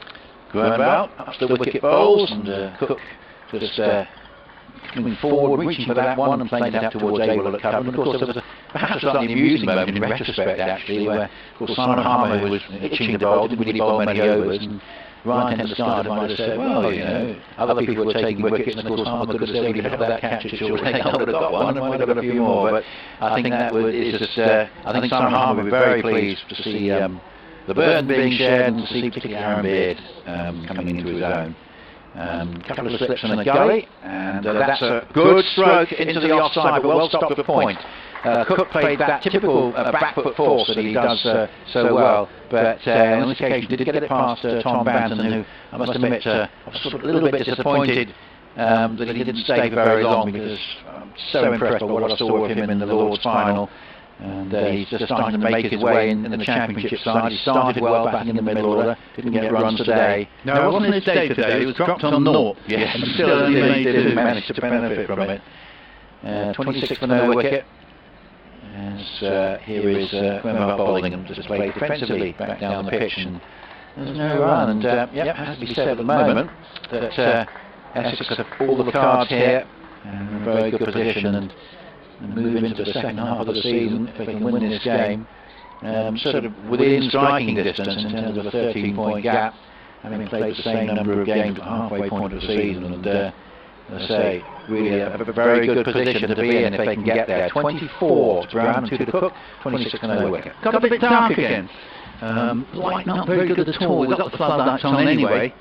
Started again after the rain interruption, which will cause us to lose 8 overs in total on the day, and that's even allowing the fact we'll make up 8 of what's been lost for the extra half hour. But it is rather dark again now. Doesn't particularly look like rain again. Cook, a little bit of a struggle in that last over from Grenevald. He hasn't yet got his timing going. No, he hasn't, that's certainly true. Brown taking quite a lot of the strike, plays defensively here to Gregory, who continues. And there is no run. So yeah, it was a day that started the first half hour. I was expecting probably Somerset to bat all day perhaps, and to get a lead, which would have put them in a good position, because nothing really happened in the first half hour to suggest that wouldn't happen. Grenevald as night watchman was quite effective. Abel played particularly well, but his wicket proved to be quite an important one out of the captain. 26 for no wicket. Gregory goes round the wicket and bowls, and Brown just covers up and plays defensively back down the pitch, and there is no run. So we have a little tiny portion of blue sky that's developed now in the tapestry of the overall overhang, a fairly heavy overhang, as I was saying a moment ago. The light not good, but first little sight of a bit of blue sky all day. Sussex in Division 2, starting the match 20 points adrift of leaders Lancashire. They're level on points with Glamorgan going into this round of games. They've got to Durham 98 for 5 at Hove, after Durham won the toss and chose to bat. 26 for no wicket here, lovely delivery and from Gregory, and beats Brown outside the off stump. It's about the first time he's been beaten actually by delivery, pitching off stump and just leaving him, but the bounce was, it went through to Davis. Cameron Bancroft is 38, not out there. But 4 wickets for Chris Jordan, interesting. 12 overs, 5 maidens, 4 for 20. And Durham, not having a very happy time. They have got 1 win, but Sussex, with 3 going up this year, this might be, with Worcestershire not doing particularly well, it might be a real chance for Sussex, and they want to capitalise on it. 26 for no wickets. Gregory bowls outside the off stump, goes to Davis. Surprise package in Division 2 at the moment, Paul and Morgan. Very good time, with the bat. Well, they were plumb bottom last year, Division 2, so well done to them, up in second place. Gloucester, who were 168 for 1 at one point, all out 313. As you say, Glamorgan going well with the bat, so although in a lot of games this year you'd have said 300 odds was a good first innings score, it may not be enough against Glamorgan in their current form. Warwickshire continued to struggle, 228 for 9, only 34 in front of Surrey. Yeah, 3 wickets for Jordan Clark, and that's outside the off stump and left alone by Brown. 2 wickets for Morley Morkel, who's not quite enjoying himself as much this year as he did last. No, and that's been key, hasn't it? Yeah, it's almost the case. South African-born players around the country, with one big exception playing this game. I can't think of any others that are really having a good signing at the moment. No, it's wonderful season for Simon Harmer. Yes. He's got the bragging rights at the moment. 26 for no wicket. And Brown works it away off his hip up toward mid-on, and there's no run. So, well, got to be said that Somerset are going to have, in their pursuit of this first title, are going to have testing moments. They've tended to come through them this season when they've been presented with them. And they've got one of their more difficult ones right here. The pitch has been difficult for good scoring. I was going to say the Grumbler emailed us. I'll come to that after this next delivery. 28 for no wicket. Got their work cut out here, Somerset. Gregory bowls on the drive. It's played straight to cover, but again well timed by Brown. I'll bring you in for that email and then bring in Stephen to join you. But just to tell you, 24 to Brown, 2 for Cook. 28 for no wicket lead, 113, and Somerset needs something to happen. So thank you very much to Nick Clayhill. The Grumbler says, I saw Beard's wickets this morning. It seems that Somerset tried to pull too often and the ball was stopping on them. Certainly when Beard bowled, well, that was particularly true with James Hildreth's dismissal. Grumbler continues, really heartening to see another bowler emerge and have their day at the right time. What is the reason for so many Essex pace bowlers coming through in the last 6 years? I count Reece Toffee, Tamar Mills, Sam Cook, Jamie Porter, Aaron Beard, here's the start of a new over. Grunewald bowling initially to Cook, who hasn't looked in touch, but he didn't in the first innings, and he got 80. Easily the highest score in the match, and just fends off the first ball of the over, no run. Grumpo, not totally sure what the reason would be, but let's put it down to Essex having a wonderful academy, with some great coaching going on, quite a bit of it by former players. Here is Grunewald in and bowls to Cook. Cook plays this up to short mid-wicket, and over the years the likes of Keith Fletcher, Graham Gooch, Robin Hobbs, Ray's, and more of that, Stuart Turner, Brian Hardy, they've all done their bit by coaching, and apologies to anyone who missed out, John Leader. Many of those were on the ground here yesterday, and it is a sort of continuum that is very healthy for Essex cricket. The great players of former times still have a lot to do with the club. The next ball is pitched up, driven without timing by Cook, and the noticeable difference, Stephen, has been that whereas Cook, when he's playing that sort of shot, really isn't timing it, as he underlines by playing the shot twice again. Since he played the actual one, Brown, on the other hand, has looked in terrific nick. Yes, indeed, 5 boundaries in his 24. And he started in a very similar vein yesterday. He did, no, absolutely right. 3 consecutive boundaries yesterday and 3 in an over from the same bowler, Jack Brooks, today, as the white has improved considerably in the last 5 minutes, and so it was rather glum. And the next ball just prodded out to Bartlett at mid-wicket. There's no run there. But I'm a little bit surprised, Stephen. If I were a batsman and someone said to me, who would you rather take the new ball, Jamie Overton, after seeing how he bowled yesterday, or person other, I'd go for Jamie Overton. Yes, and in the same way that I was quite surprised not to see any more of the man who took the 4-wicket burst this morning. Yeah, Aaron Beard, indeed. It's Gregory, not Gregory, Gurudal, a long way down leg side, a little bit fortunate possibly to get away with a wide there, 28 for no wicket. I think it's got a bit to do with a pecking order that teams tend to have. No, you're dead right there. And it was the case earlier on today, wasn't it, that we saw Siddle and Porter ahead of Beard, who didn't actually come on at all for a second spell. No, he didn't. And same 2 Somerset bowlers who shared the new ball yesterday, sharing it today. Grenville bowls, and that ball was about a bit on its way to Cook, who fends it off jerkily, but survives, and the score remains at 28 for no wicket. Always add 85 to the actual score, because that was the extent of Essex's lead. We've almost got a bit of sunshine now for virtually the first time in the match. It did put in a very brief appearance last night at around about 6:20, 6:15 maybe. But things are brightening up here at Chelmsford. So Essex with a lead of 113, and obviously they're looking to consolidate this position. Well, indeed, and I think the reason why Tom Abel decided to whip Jack Brooks out of the attack after that over you mentioned, with the 3 boundaries already behind Somerset, and Gregory's in bowls and pulled his foot away off the pads, and easy single to Nick Brown, 29 for no wicket. They just haven't got any runs to play with. No, quite right.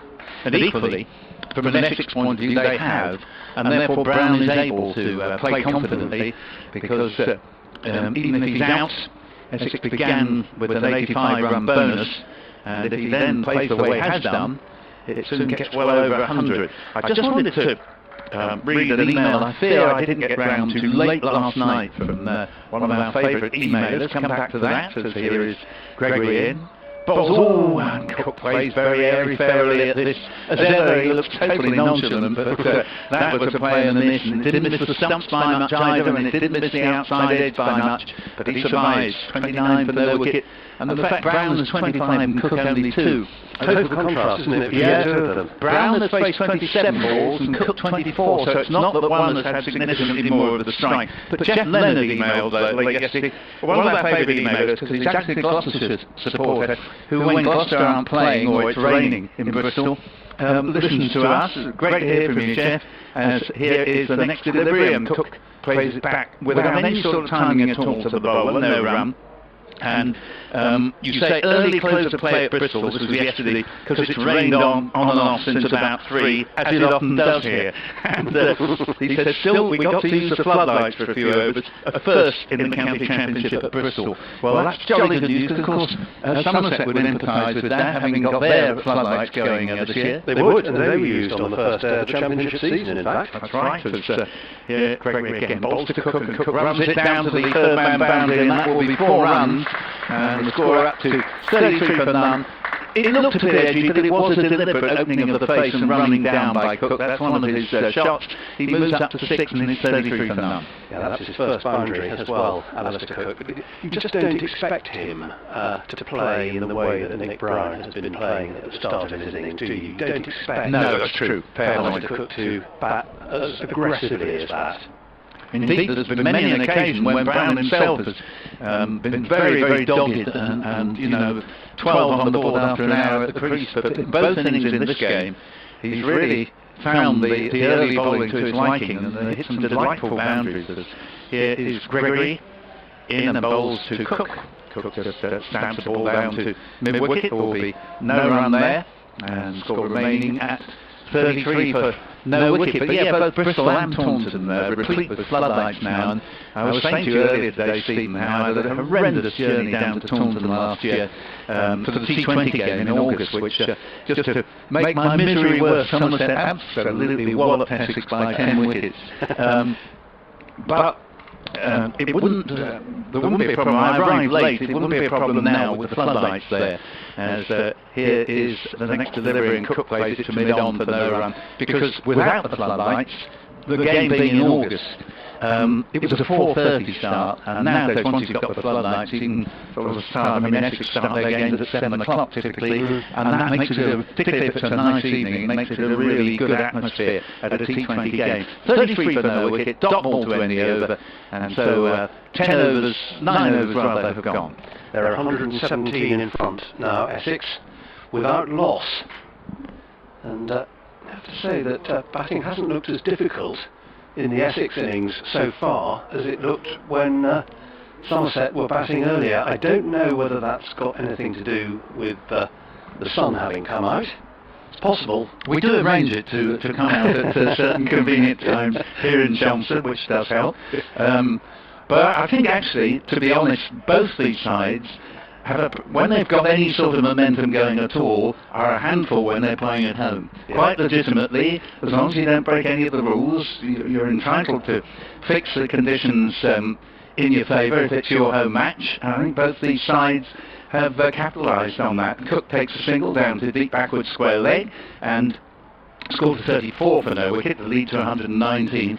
And the point would be neither of these sides would aim to produce a wicket where both sides scored 500 and the game ended in a draw. You're never going to make any progress in the table. Which is entirely creditable. Yeah, no, exactly.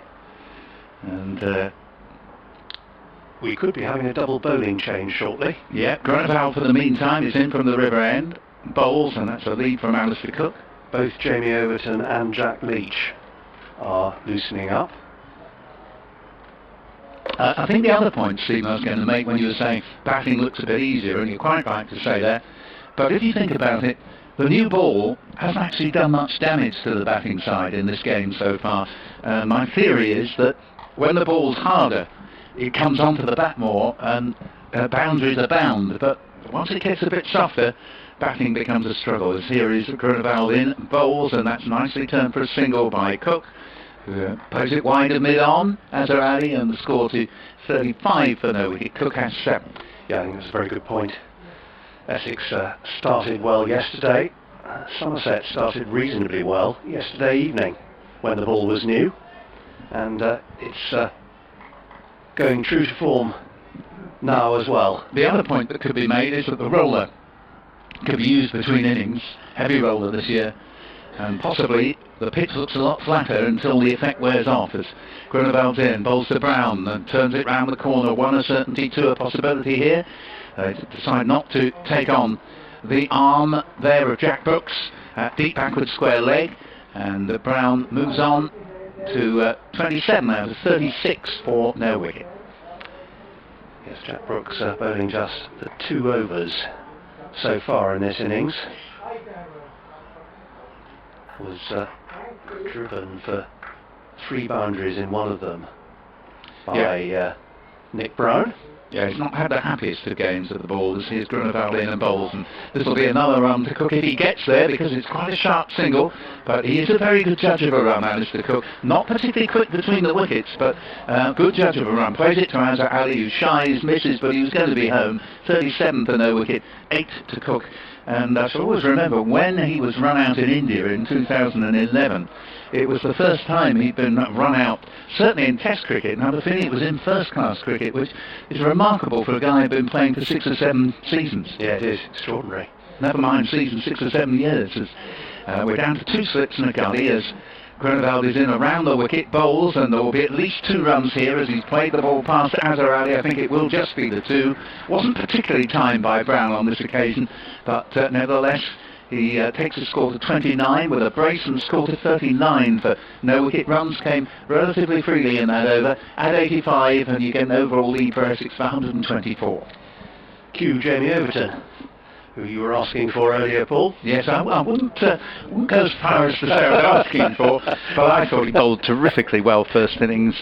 One of the most impressive spells of quick bowling I've seen in the County Championship this season. He's got this extra yard of pace, and I have to say, although it may well be. It's not for me to dictate the Somerset order of priorities, but he just, to me, looks a sort of dead ringer to be given the new ball with that extra pace, and he certainly, from the moment he came on yesterday, caused a lot of problems that haven't been apparent beforehand. Yes, that's the dilemma I was talking about. When you've got a pecking order, do you sometimes chuck the pecking order out of the window? Yes, I'm just reminded that I'm going into the BBC Essex 4 o'clock news in a few minutes' time. As here is Jamie Overton in bowls. Cook gets a single down to long leg. That'll take him to 9. The score to 40 for no wicket. The lead to 125. It's one of my Achilles' heels, one of the many in doing this job, that I usually am pretty safe and sound for an 11 o'clock and a 1 o'clock news update, but the 4 o'clock, because the tea is such a movable feast, it's actually at 4:10 today, but I must admit I miss a 4 o'clock every now and then. That's the corridor of uncertainty. It is for you. well described. I remember that when I'm trying to explain to the bosses next time. As here is Overton in Hayes close and bowls to Brown, who's smashed at this. I thought he might have got an edge there. It was a very loose shot indeed, and he's fortunate to get away with it. It was Jamie Overton who accounted for Nick Brown in the first innings, playing no shot. That's right, and that's the one he should have played no shot to. This latest one. It was slanted across him. It was going a long way down offside, but Brown played very loosely at it and is fortunate. Yeah, it certainly was. Really gave it the kitchen sink. Well, he did, and that's the one thing you could say in his favour, that if he had edged it, maybe it would have managed to go over the top as of the slip cordon. As Overton's in again. Bowls to Brown. Brown, all sobriety this time. Lesson learnt at least in the short term, and head over the ball, plays it down to Azarali at mid-off. Yes, good ball from Jamie Overton as well, on a length, straight. Good to see that this early in his spell. So 2 slips and a gully for Jamie Overton. And Overton reaches the top of his not inconsiderable run-up, wheels round and heads into bowl to Brown again. Brown comes down on a Yorkish length delivery, steers it safely out into the offside. Essex at 40 for no wicket, lead by 125. Yes, he's dropped straight into a rhythm, Jamie Overton, which is reassuring. Very much so. Bowled thoroughly well in this game. Probably got a point to prove, because he was farmed out to Northamptonshire a month ago. But certainly looks to me more than worth his place in the side.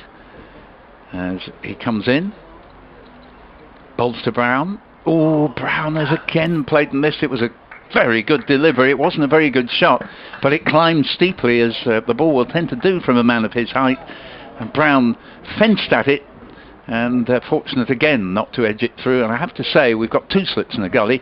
For Overton, I'd add an extra slip. He's not looking as comfortable against Overton as he's looked against the rest. Nick Brown? No, very good point. Got a couple of emails that have come through. Tim Hardwick, first of all. Come to your point, Tim, after this next ball from Overton from the Hayes close end. Bowls to Brown. Oh, and he's gone straight through Brown's defences for a 3rd time in his first over, and I rest my case, really. I think he should have been on from the outset. 40 for no wicket. Tim says, Ray, your discussion earlier about players playing club cricket. Ian Bell played for Knowle and Dorridge Cricket Club in the Durham and District Premier League last week and made a golden duck. I think actually Nick probably read that email out before, but nevertheless delighted to give it a second airing there. That's it as far as the emails go for the moment.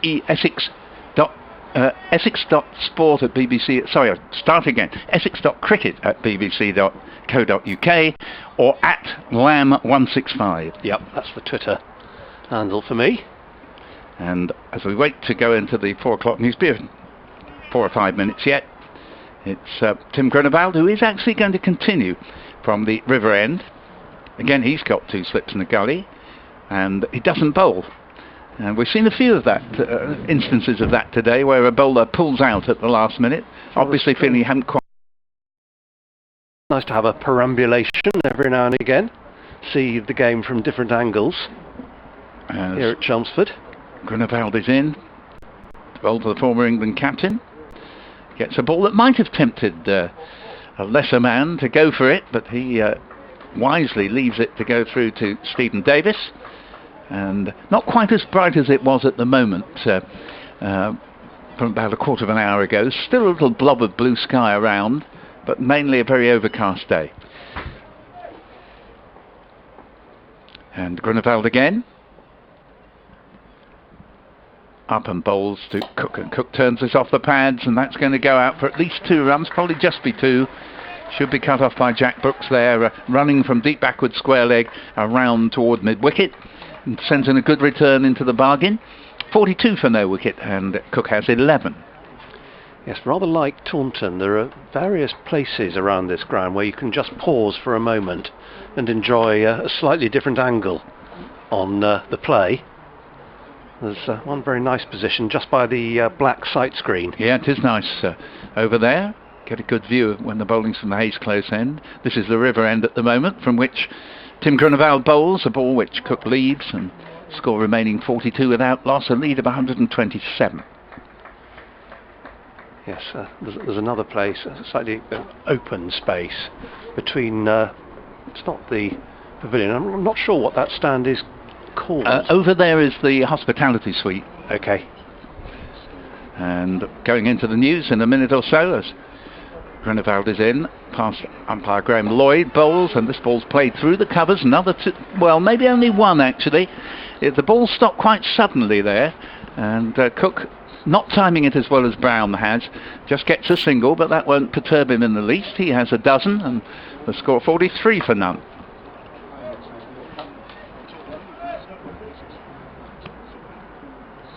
Two slips and a gully for Nick Brown. He's on strike now to Grunewald. And here comes Grunewald. In and bowls to Brown. Oh dear, Brown turned round here, and he's out. Caught there in the gully. He stood there for a moment. He wasn't going to go without the finger being raised. I think he was just making sure the ball had carried. It was a good low catch. Second juggling catch at that. 43 for 1. First breakthrough for Somerset. Yes, I think it was Lewis Gregory, but the ball popped out of his hands, and he managed to catch the rebound pretty comfortably in the end. So the first wicket has fallen, and Nick Brown has gone for exactly the same score that he made in the first innings. Gone for 29. Yes, it's a bit of a microcosm of his season, because he's made impressive starts. He doesn't look like a man who's out of form, but I think what we saw there, Stephen, was what has generally happened in this game after easy runs when the ball's been at its newest. As it's got a little bit softer, I've noticed in the last couple of overs it's just started to swing about a bit. And we've seen both Cook and Brown suddenly struggling to find the middle, or hit the ball out of the middle of the bat.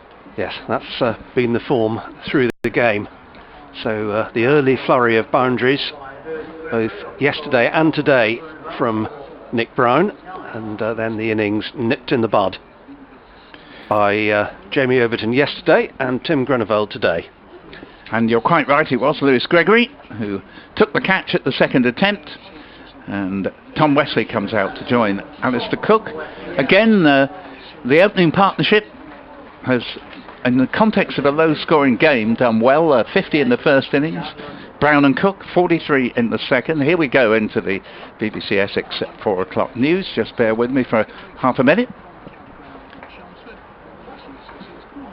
Very good afternoon, Nick, and it's been a very good afternoon for Essex. We've had a day which was truncated a little bit when rain interrupted play at 12:30. By that time, Somerset had collapsed from a one-time 54 for 1, replying to Essex's first innings 216, to 90 for 6.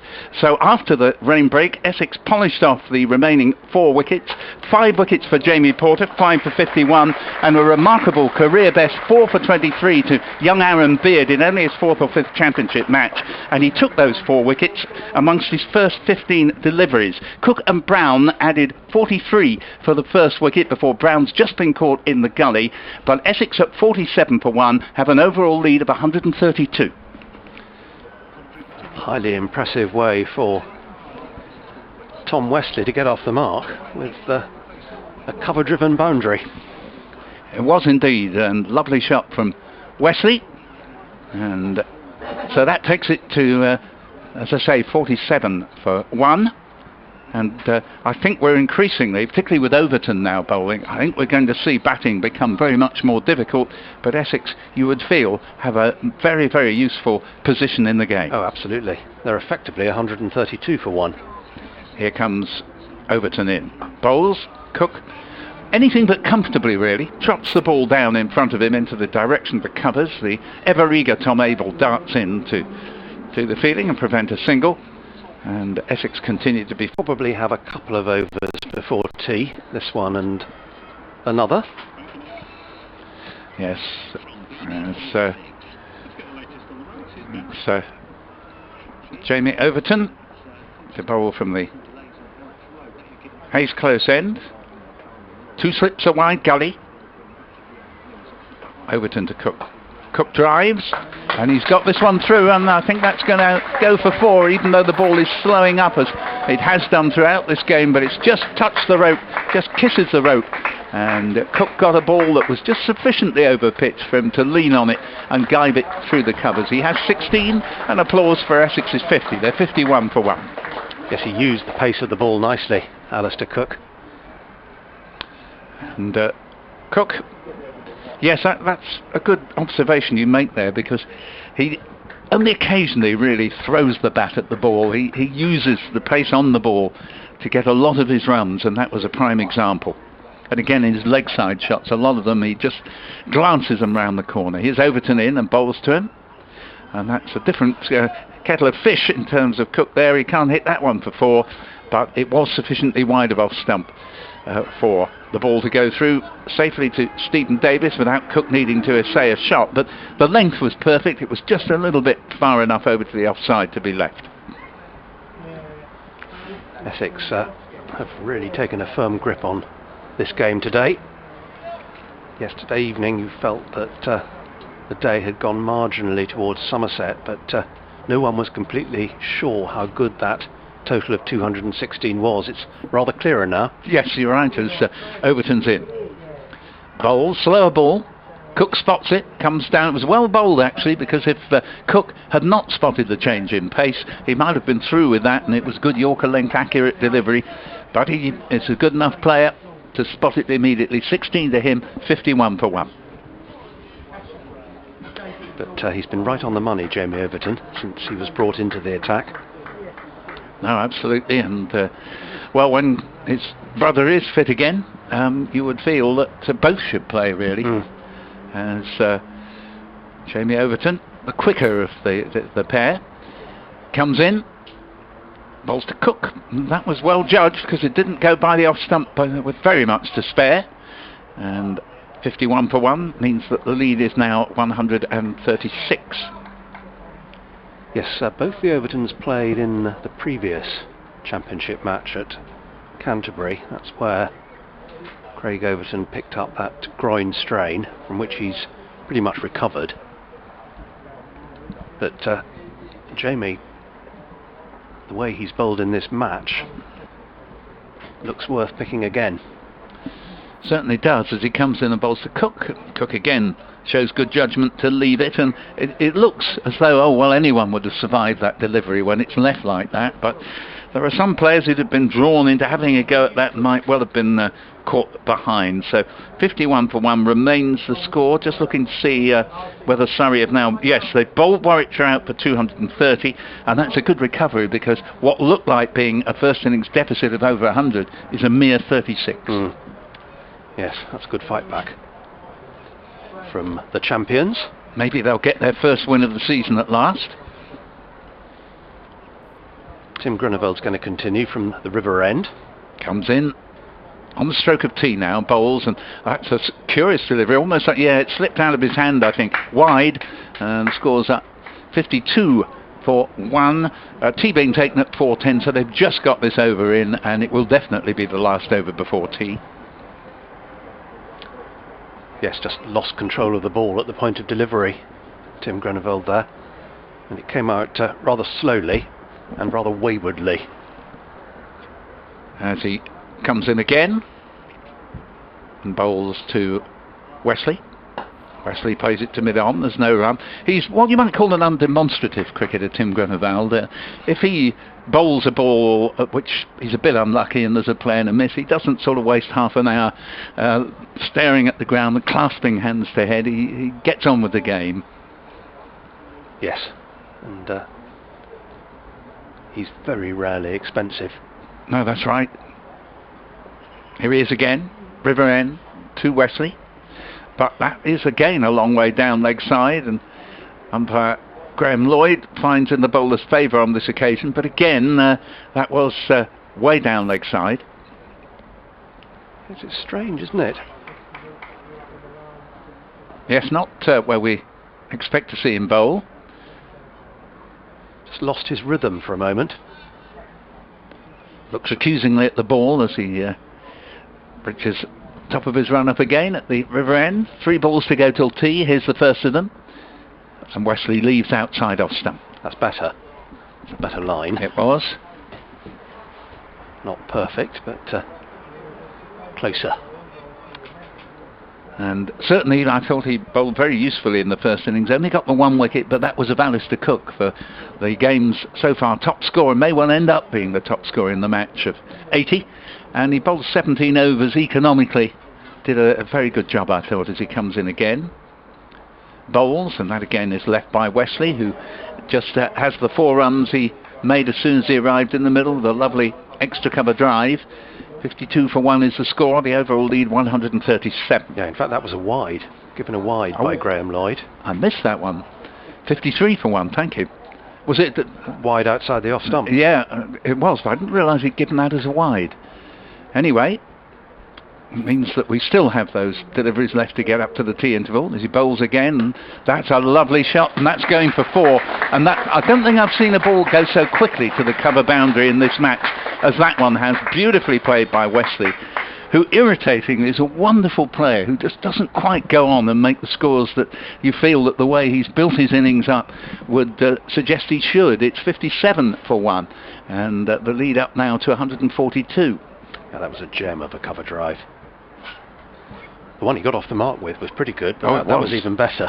It raced, didn't it? I mean, most shots we've seen go to the cover boundary, particularly over on the long side of the ground, which that was, have slowed down when they got there, but that was just racing over the ground. Here's Grunewald again, bowls, and Wesley leaves, and that was a better delivery. It was coming back a little bit, but safely left, and provided we don't get a 3rd wide in the over, we're now about to see the last ball before the interval. Yes, tea being taken nearer 4:15 than 4:10 in the end. This is rather a long over. And talking of long, there'll be a very long final session if the weather doesn't intervene again, and it's improving all the time, of 39 overs final session with half an hour added on as Grunewald bowls, and that's a lead. That is not a wide, it is tea, and well, it's been Essex's session without a doubt. It began with Somerset 90 for 6. That Somerset reply to Essex's 216 ended with Somerset all out for 131, Porter 5 for 51, Beard 4 for 23, and with a lead of 85, Essex have moved on to 57 for 1, Brown out for the 2nd time in the match for 29, 16 to Cook, 8 to Wesley, and the overall lead is 146, and we shall be back with you synchronised watches at 4:34.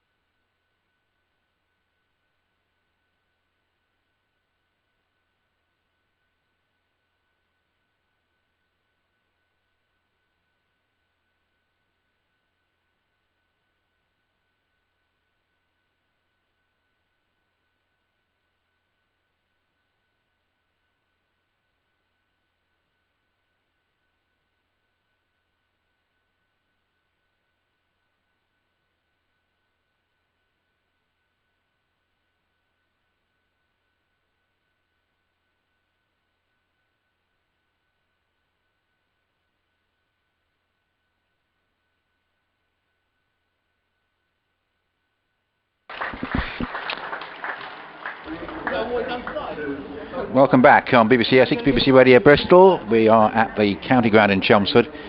On the second day, this is the third session of the game between Essex and Somerset. Two of the top three competing, and the side in third place is rather ahead at the moment because it's 142 the lead that Essex have with 9 wickets left. 57 for 1. Sir Alistair Cook not at his best, 16 not out, but still there. An obstacle for Somerset to overcome. Tom Westley has started brightly on 8. And Nick Brown, a pair of 29s from the game, which, given his form he was in, he'll be a bit disappointed about. But, well, Stephen Lamb is with me, Nick Gledhill. We have Paul Newton, and we have Julius, our scorer, who's here, who's doing a sterling job as well as for the game. Giving David Jackman some meaningful competition. But David, of course, will be back with us when we get to the T20s. Yeah, Stephen, Somerset a bit like after lunch yesterday. They've got to try and replicate that, haven't they, and make things happen now. Yes, and they may well have that opportunity as the ball gets a little bit softer, which is what happened yesterday. But just talking to you before we came back on, I feel that the difference between the sides so far rather boils down to that Alistair Cook innings yesterday, which is 5 runs short of a lead, isn't it? Over to you for the commentary. Jamie Overton is going to continue from where he left off before tea. The Hayes close end, and there's a full delivery here which Alistair Cook leaves outside his off stump. Well, with us earlier, sort of the story of the day really was Aaron Beard's performance. Jeremy Porter got 5 wickets and deservedly led the side off, but Aaron Beard absolutely critical as Somerset lost 5 quick wickets, 1 to Porter and then 4 to Beard in the space of 15 deliveries to give him a championship best return. Yeah, Nick Brown, the one man out. He was caught in the gully at the second attempt by Lewis Gregory off Tim Grunewald. Overton in, and Cook is hurried into a jab down to third man. He's going to get a couple for it.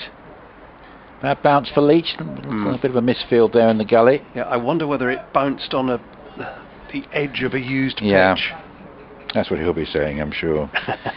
Yeah, I mean, it was dramatic stuff from Beard. Grunewald in his first over, Hildreth and Banton in his second, and then Bartlett. All in the space of 15 deliveries. Rarely has someone beaten the previous championship 3-4 best in the space of 15 deliveries, but he did it. Here comes Jamie Overton.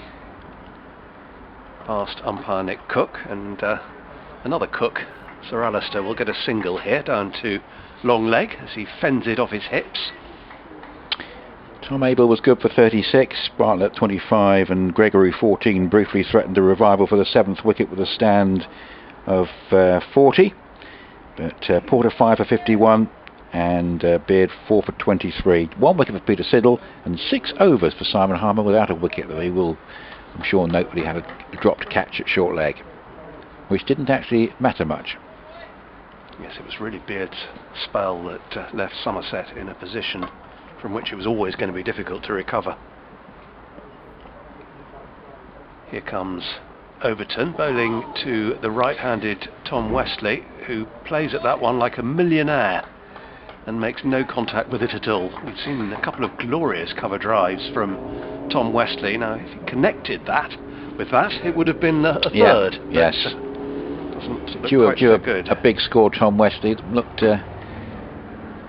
good in the first innings, but yes, Essex, I think, seeing these two sides above them, playing them in consecutive games here at Chelmsford, certainly a bit of a contrast, certainly in the Hampshire case, to when they played them at the Aegeus Bowl. Overton in again, and that's a lifting delivery which Westley again plays at and misses, although he had no aggressive intent that time. He was just playing to defend it. When Hampshire played Essex at the Aegeus Bowl in the first game of the season, Essex took 1 point from the game, and it was actually quite hard to work out where they got the 1 point from. It was actually for bowling at 1 point. But the 2 Hampshire games have been very one-sided. And thank you, Ashley, from the club, with a little bit of details about some contract extensions to let you know in just a second. Overton in again in the meantime to bowl to Westley, and nearly penetrates his defences there with a full length delivery. Wesley gets his bat down on it at the last minute. 60 for 1 at the end of the over. Cook is 19, Wesley is on 8. So the overall lead for Essex is 145. 2 contract extensions from the 2 bowlers who between them took 9 wickets today. Coincidence or what? But that's how it's hot off the press. Jamie Porter and Aaron Beard both signing contract extensions, and in both cases until the end of the 2021 season. Really important day today for Aaron Beard in particular. We'll give you the statements. These things often are fairly formulaic, so we're looking for the sort of the quotes, which we'll just have a little look at and see what we can tell you of interest. But that's the bottom line. Jamie Porter and Aaron Beard both agreeing contract extensions that keep them with the club until the end of the 2021 season. And coincidentally, they've taken 9 wickets between them. So it's a good time to announce it. Yes, indeed. But Beard has taken his just at the right time. Jack Leach is coming on from the River End. And I think actually, you know, when you've got a player who's a bit of a fringe player, as Beard has been, hasn't had that many chances, you feel really pleased for him as an individual. But he's taken his opportunity, and he's got the reward of this extension of his contract. Jack Leach took 3 wickets in the Essex first innings. This is his first spell in the second. On his way in to bowl to the left-handed Alistair Cook, comes forward and defends. It's fielded by Banton at short leg. Got Lewis Gregory at slip. Gregory, who took that catch, it was a fairly straightforward catch which he missed at the first attempt, but happily the ball just nestled in his hands at the second. As Leach is in, there's going to be a single here for Cook as he plays it firmly up to mid-on. Jamie Overton is the fielder. We saw turn for Simon Harmer when he was bowling at the back end of the Somerset innings. Will we see turn for Jack Leach? He's now going to be bowling to the right-hander, which slow left-arm bowlers usually prefer, spinning the ball away from the bat. Just pushing mid-off back a little bit, and now on his way in, Jack Leach. And Wesley is well forward, defending to Bartlett at short mid-wicket. Yes, the rain that we had earlier has gone through now. It's quite a pleasant late afternoon as that is left alone outside the off stump by Wesley. Got patches of blue sky in the distance to the south of us. Sun is trying to break through, and Leach is in again to Tom Wesley, who comes well forward, just pushes the ball back to him. So I'll give you the highlights from the notice on Porter's extension first of all, after the end of this over. Bowled by Jack Leach, once more outside the off stump and left alone. 61 for 1. So Porter, 26 years old, made his debut in 2014. Taking his wickets at an average of 24.5. Key player, of course, in 2017, along with Simon Harmer, 75 wickets, and Wisden Cricketer of the Year. Finished the 2018 campaign as the club's leading wicket taker after another 73 dismissals, and after a quiet start this season, he's again starting to find his range. 58 wickets in the Championship last year, passing the 50 mark for the 4th consecutive season. And so he may well make that 5 in a row. Jamie Porter said he was pleased to sign the extension, said I'm really excited to extend my contract and commit my future to this great club. As a team, we've gone from strength to strength over the last 4 or 5 years. We've tasted success, and everyone in the dressing room believes further titles and honours are not far away. New over from Jamie Overton, and the first ball is cut down to third man for 4 by Alistair Cook. We've seen him employ that stroke to great profit several times in this match, and no example has been better than that one. Head coach Anthony McGrath stating Jamie is one of the best bowlers in the country and a massive player for us both on and off the pitch. So I'm elated he's committed his future integral to what we're trying to build at the club. And of course the question mark is will Jamie Porter have an international career? He's been on the fringes. Still something that is possible. Maybe even stronger chance than that. Overton going round the wicket now to Cook, who defends, out to Tom Abel at cover. Won't be a run for that. With, of course, the emergence of Jofra Archer, perhaps just pushing him one cab further back down the rank, particularly if Archer were to play in the tests. He may well take Stuart Broad's place. They might call time on Broad with Mark Wood, of course, coming back to fitness. They'll probably want him in the test side. So it's going to be difficult to force his way in, barring injuries. Overton in again to Cook, who was shaping to pull that but decided not to, possibly because he's seen how dangerous a stroke it can be on 3 occasions in this match so far. And Aaron Beard, Essex delighted to announce that he's also signed till the end of the 2021 season. 25 first class wickets since his debut against Sri Lanka in 2016, and yep, his career best 4 for 23 against Somerset, taken this very day. Very, very unusual to get that day's career best in one of these notices. So it's bang up to date. Overton bowls down the leg side, and Cook not really interested in that. Lets it go through. Beard pleased to prolong his time at Essex, saying he's really thrilled to extend his contract. He's a local lad, and he says that playing for Essex really means a lot to him. I've been around in and around the first team over the last couple of years, and the aim is to develop my skills, get into the side and lock down my position in the first team. And Anthony McGrath playing tribute says Aaron's a fantastic young bowler, has all the right attributes to develop into a terrific player for us, very much part of the plans moving forward. Delighted he's committed his future to the club. So that's just a summary of the 2 notices of the contract extension. This from Overton is outside the off stump, left alone and through to Stephen Davies. We've got a long session, this final one of the day. 36 overs remaining after this one. Yes, it'll be a post 7 o'clock finish.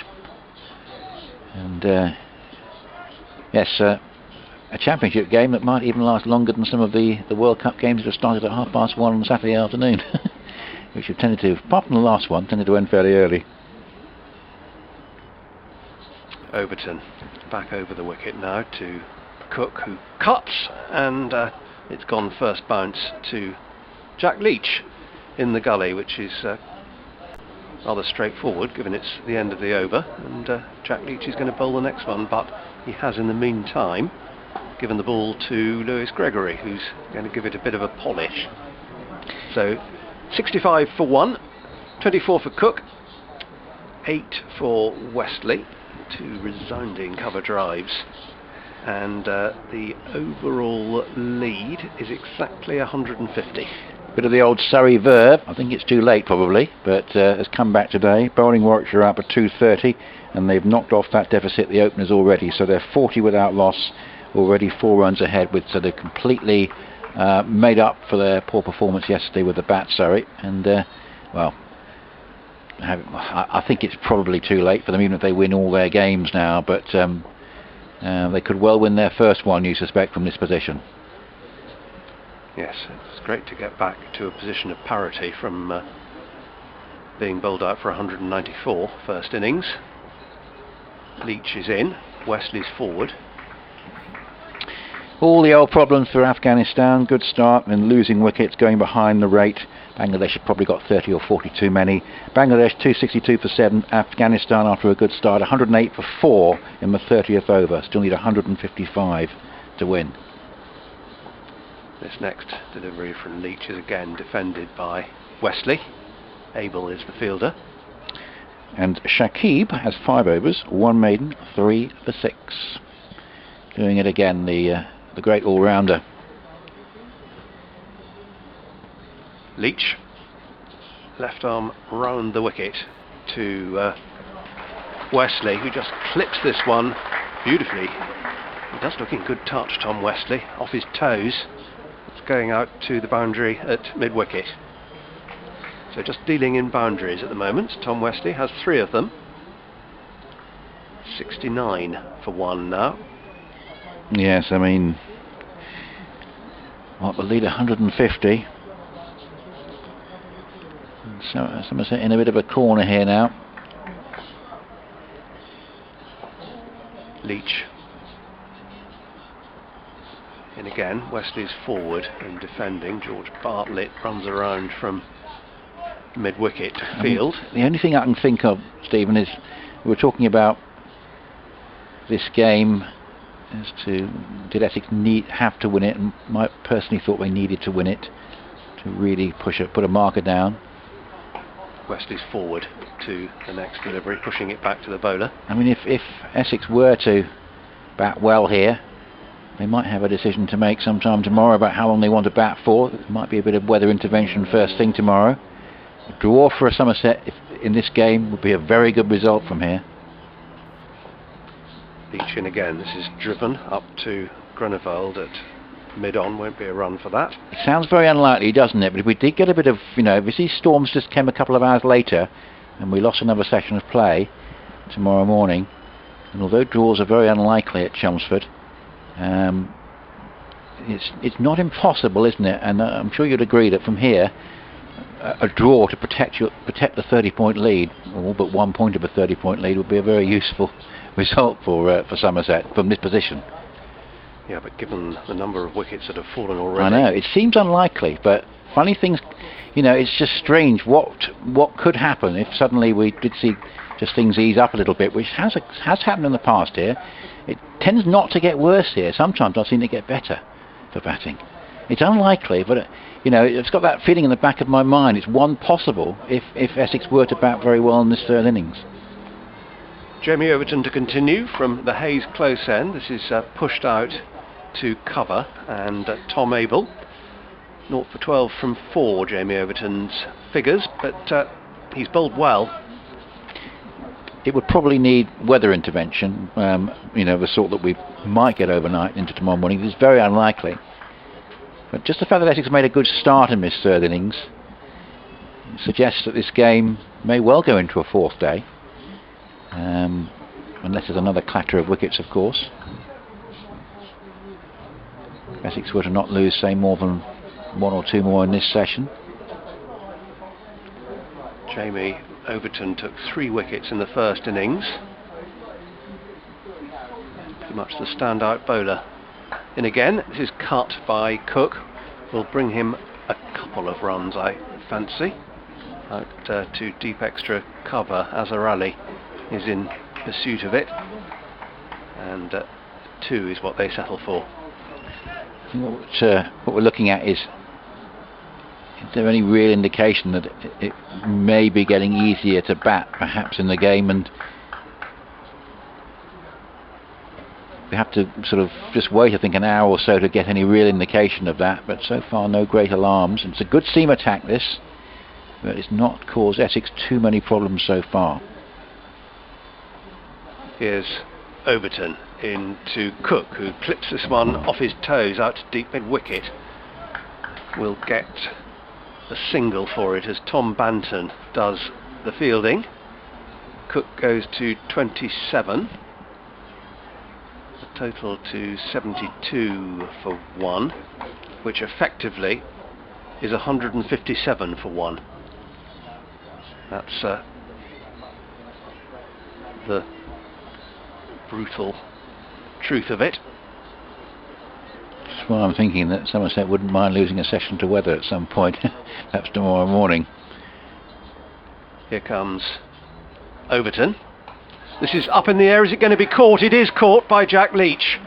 So the second Essex wicket has gone. Tom Wesley, who again looked in good touch but hasn't really made it count. He's scored 3 boundaries in his 12, and in fact those are his only scoring strokes, and rather turned around by Jamie Overton in that instance. And Jack Leach, once he'd picked the ball up, visually made a fairly straightforward catch. Well, isn't it remarkable? We're talking about the fact that the pitch didn't appear to be doing a lot, and suddenly there's a ball there that gets up, takes the batsman by surprise. He's completely playing an involuntary stroke, and it was a nicely judged catch in the gully. So just when you think maybe it's just settling down, And you get a ball like that, which Wesley, who is looked in pretty good form, just couldn't deal with. Really, it just beat him comprehensively. And I think he had very little sort of knowledge of where the ball was going. In the end, it just bobbed up for a fairly simple catch. So again, that indicates that the pitch is going to carry on, certainly for the time being, causing the odd bit of trouble. And I think it was very much down to the pitch, that one. He just happened to bowl it in just the right place there, and that was undid Wesley because of the bounce, which surprised him. So saying it was 157 for 1, effectively it's now 157 for 2. Let's have a quick look at tomorrow morning's weather, just get an update on how it's looking, because at one point it was looking pretty bad tomorrow morning, but it did improve, the forecast. 2 gully catches then, both the wickets have fallen in that fashion. Intense flooding in Edinburgh today. That's the weather system that was going north overnight and this morning. Let's see what we've got in Chelmsford tomorrow. Here is Overton again, and this first delivery to Dan Lawrence is defended out on the offside. BBC weather forecast suggesting thunderstorms between around about 2 o'clock in the morning until breakfast time, and then perhaps the odd shower, but less of a thunder risk mid-morning, and then cloudy for most of the day tomorrow. Again, quite humid, quite oppressive, around about 24-25 degrees. If we do see any brightness, it'll be towards the end of the day tomorrow, but it'll be another day quite like this one. It's just a question of whether that rain will come on schedule or a bit later. Overton turns at the end of his run and is on his way in again to bowl to Lawrence, who covers up and defends up to mid-on. No run. Interestingly, they're saying that after another sort of quite oppressive day tomorrow, it'll be a little bit cooler both Wednesday, Thursday, and then even on Friday before it hots up on Saturday. But no, Somerset is a situation where the thinking is, well, got to get wickets, got to get back into this game. When you do get a side in this sort of situation, Stephen, if they don't get wickets, sometimes they start to think very defensively, don't they? And think, well, we've got to keep them out here as long as possible, and then hope that we can bat out time. But given what we saw that last ball do, the one that got the wicket of Wesley, at the moment we're an awful long way away from that. Yeah, Leach is going to continue from the river end, bowling to the left-hander initially. Alistair Cook made 80 in the first innings, is still there in the second, pushing this out to square leg, won't get a run for that. So combined score for Alistair Cook of 107. He's 27 not out at the moment.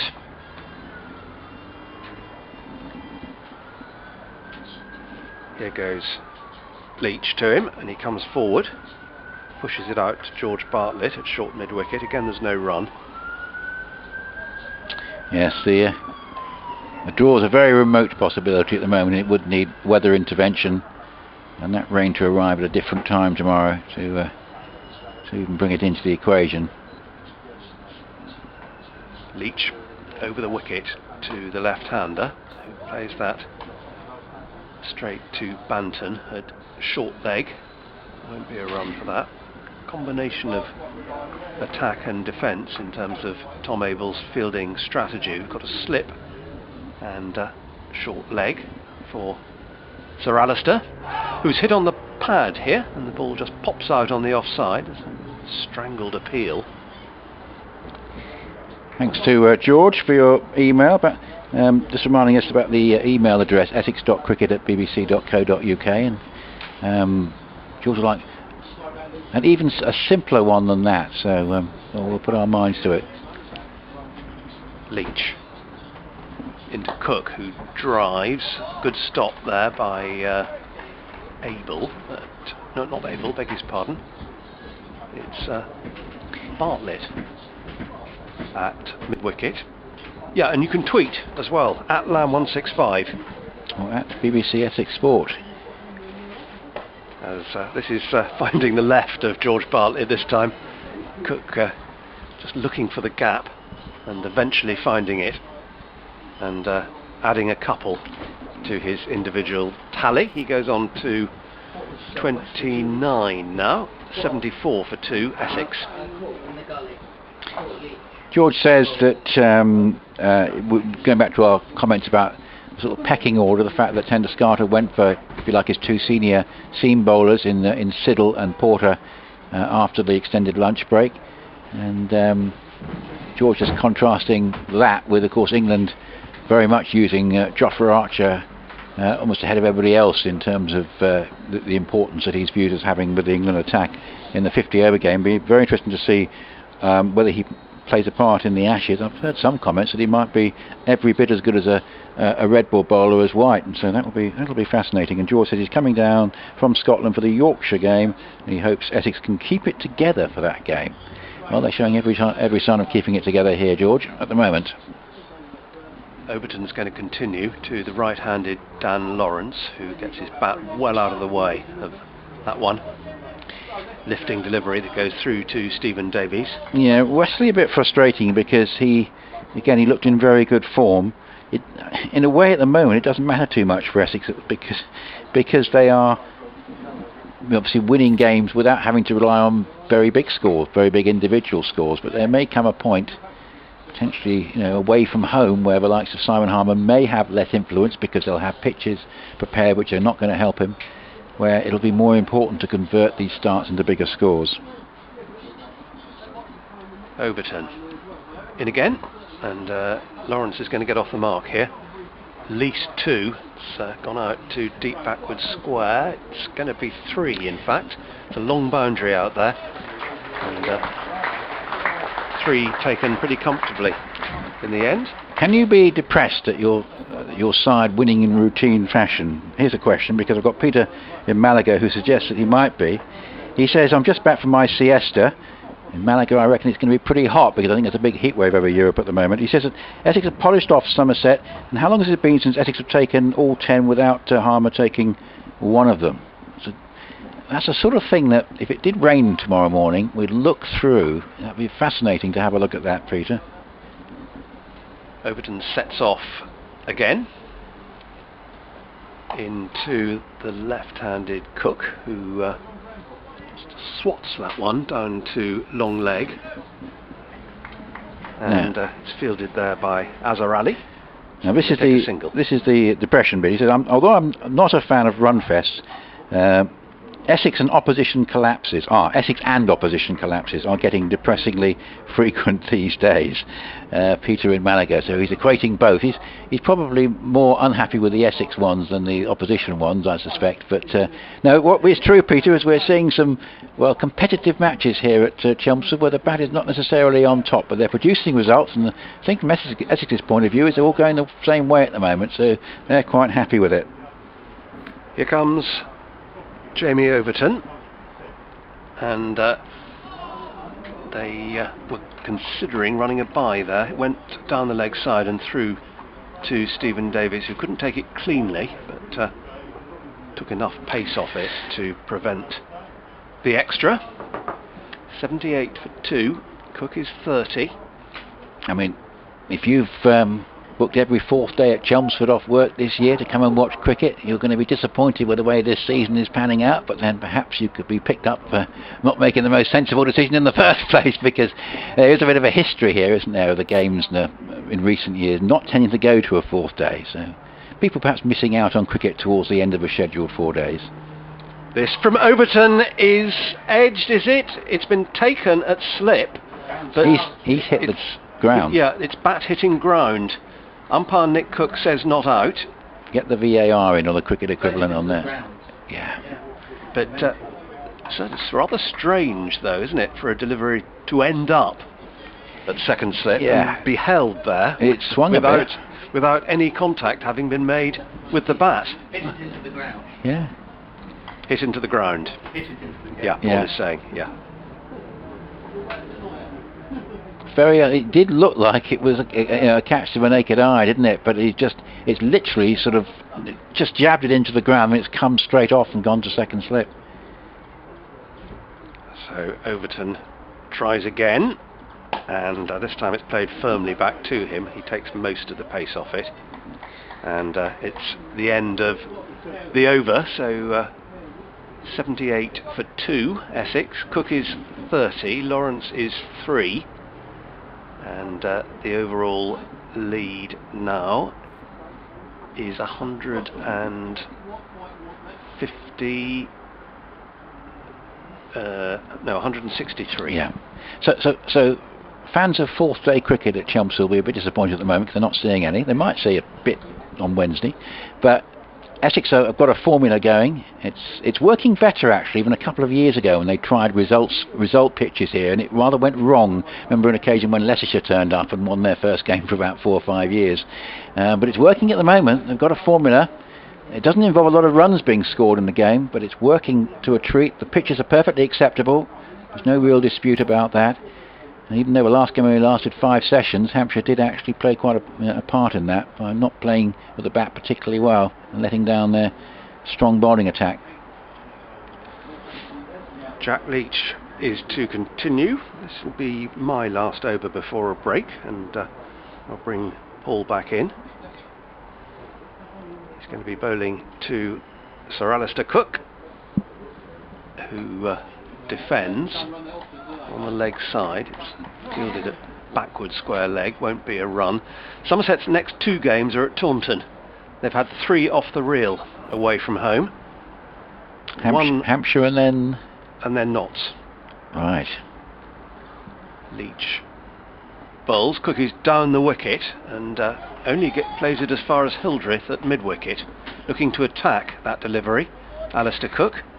So yeah.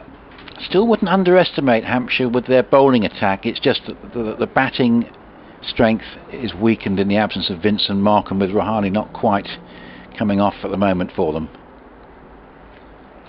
This one from Leach.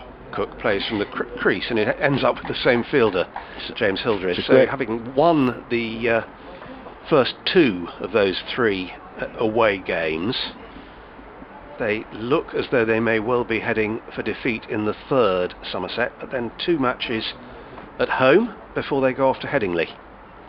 As Leach bowls, and that's played to short leg, and then of course it's T20 for a while. Yeah, I mean, if they lose this game, at the moment it's the most likely result without question. We're saying the draw is very remote and Essex victory by far the most likely result, but it makes the Hampshire game coming up a big one.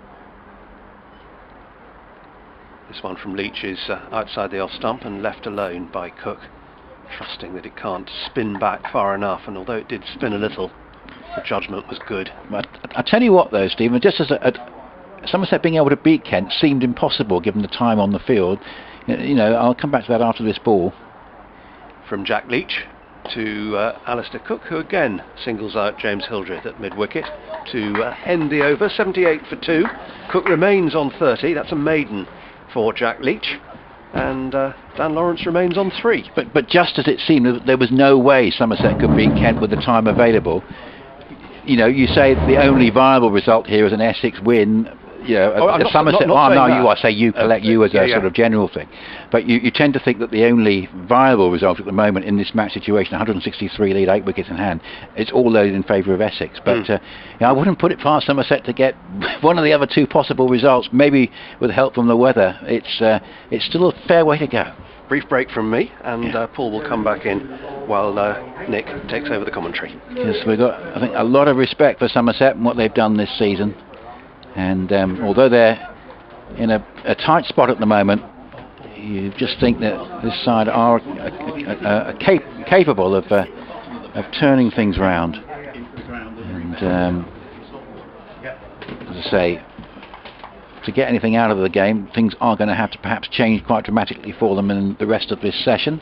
And they'll be hoping now that Lewis Gregory can play a part in doing that. He comes up to the wicket from the Hayes close end, and that's played by Lawrence up towards mid-on, and there's no run. Essex very firmly in the box seat, but in the context of Somerset possibly winning the game, 4 more wickets this evening would make a bit of a difference. And as I say, if the weather is not what is forecast tomorrow, and we do get the morning lost and part of the afternoon, the draw starts to become a possible result. So we've still got a long way to go. No doubt that the Essex victory is the firm favourite at the moment. But Essex are up against a very good side here. He will keep fighting. Lawrence is on strike on 3 with Cook on 30. And here is Gregory bowling. It's outside the off stump and left alone by Lawrence. And Stuart McArdle said on the emails, though a Yorkshireman, I do sincerely hope that Porter gets an England call-up before too long. As Paul Newton alluded to yesterday, Anderson and Broad won't last forever. Broad might not even play in the Ashes as well, Stuart. Talking about the potential of Jofra Archer being used there. We'll wait and see what happens with that one. But yes, just anyone just joining us in the last half hour or so, news that Essex have offered contract and they've been accepted contract extensions for 2 years for Aaron Beard and Jamie Porter as Gregory bowls. And here is Lawrence just playing up into the offside to mid-off, and there's no run on the day, which between them they've taken 9 wickets. So it's all come at a very good time, and indeed the statistical information on our contract updates is bang up to date, even including the career best for Aaron Beard of 4 for 23 against Somerset taken today. Welcome back, Paul. Yes, I think Jamie Porter's still some way away, to be honest with you. He hasn't done that well when he's played for the Lions, and he's a different bowler at Chelmsford from the Hayes Close end. When you go into a test arena, you don't get the choice of ends if you're a newcomer. No. 78 for 2. Gregory from the Hayes Close end bowls, and Lawrence here just goes back and then waits for it and plays it back down the pitch. But Lawrence typically, he doesn't rush at the start of his innings. I thought he played very nicely in the Hampshire match in a quiet phase of the game when there were 64 for 3, still 50 odd behind, and he really buckled down with Ravi Bopara and didn't even think about scoring. And he knows also we're at an important junction of this game where if they can wear the Somerset bowlers down, then the Essex position will be strengthened further in the match. Here is Gregory, 2 slips and a gully and 5 saving 1. Bowls to Lawrence, and Lawrence squeezes it away on the bounce to the gully. Azhar Ali, that was an involuntary shot. He got turned around by it, but it did bounce short of the fielder. A good delivery there from Gregory. Yeah, I'm afraid he really is struggling at the moment, Dan Lawrence. As you say, battled away, he's doing his best in the Hampshire game, but he's not remotely in the form of a couple of years ago. The other thing that would be a worry vis-a-vis Porter being picked for England is that the England selectors, with some justification, they like someone with that bit of extra pace, and that's the one thing he hasn't got. He's not slow, but he hasn't got the sort of extra nip of people like Archer and Mark Wood. Yeah, 78 for 2 as here Lawrence on the drive, sent it to mid-wicket, and there's no one. Those are the 2 I mentioned as being cabs on the rank ahead of him, and Archer's emergence and the fact they'll want to try him in the Ashes, I think, potentially at the expense of Stuart Broad. That'll be an interesting decision as to whether they think about calling time on Stuart Broad, given Stuart Broad's history, of course, against Australia, particularly in the last Ashes series of 60 all out at Trent Bridge and all that sort of thing. So, interesting. 78 for 2, 3 to Lawrence, 30 to Sir Alistair Cook, a lead of 163. One of our emailers was just pondering would there be any problem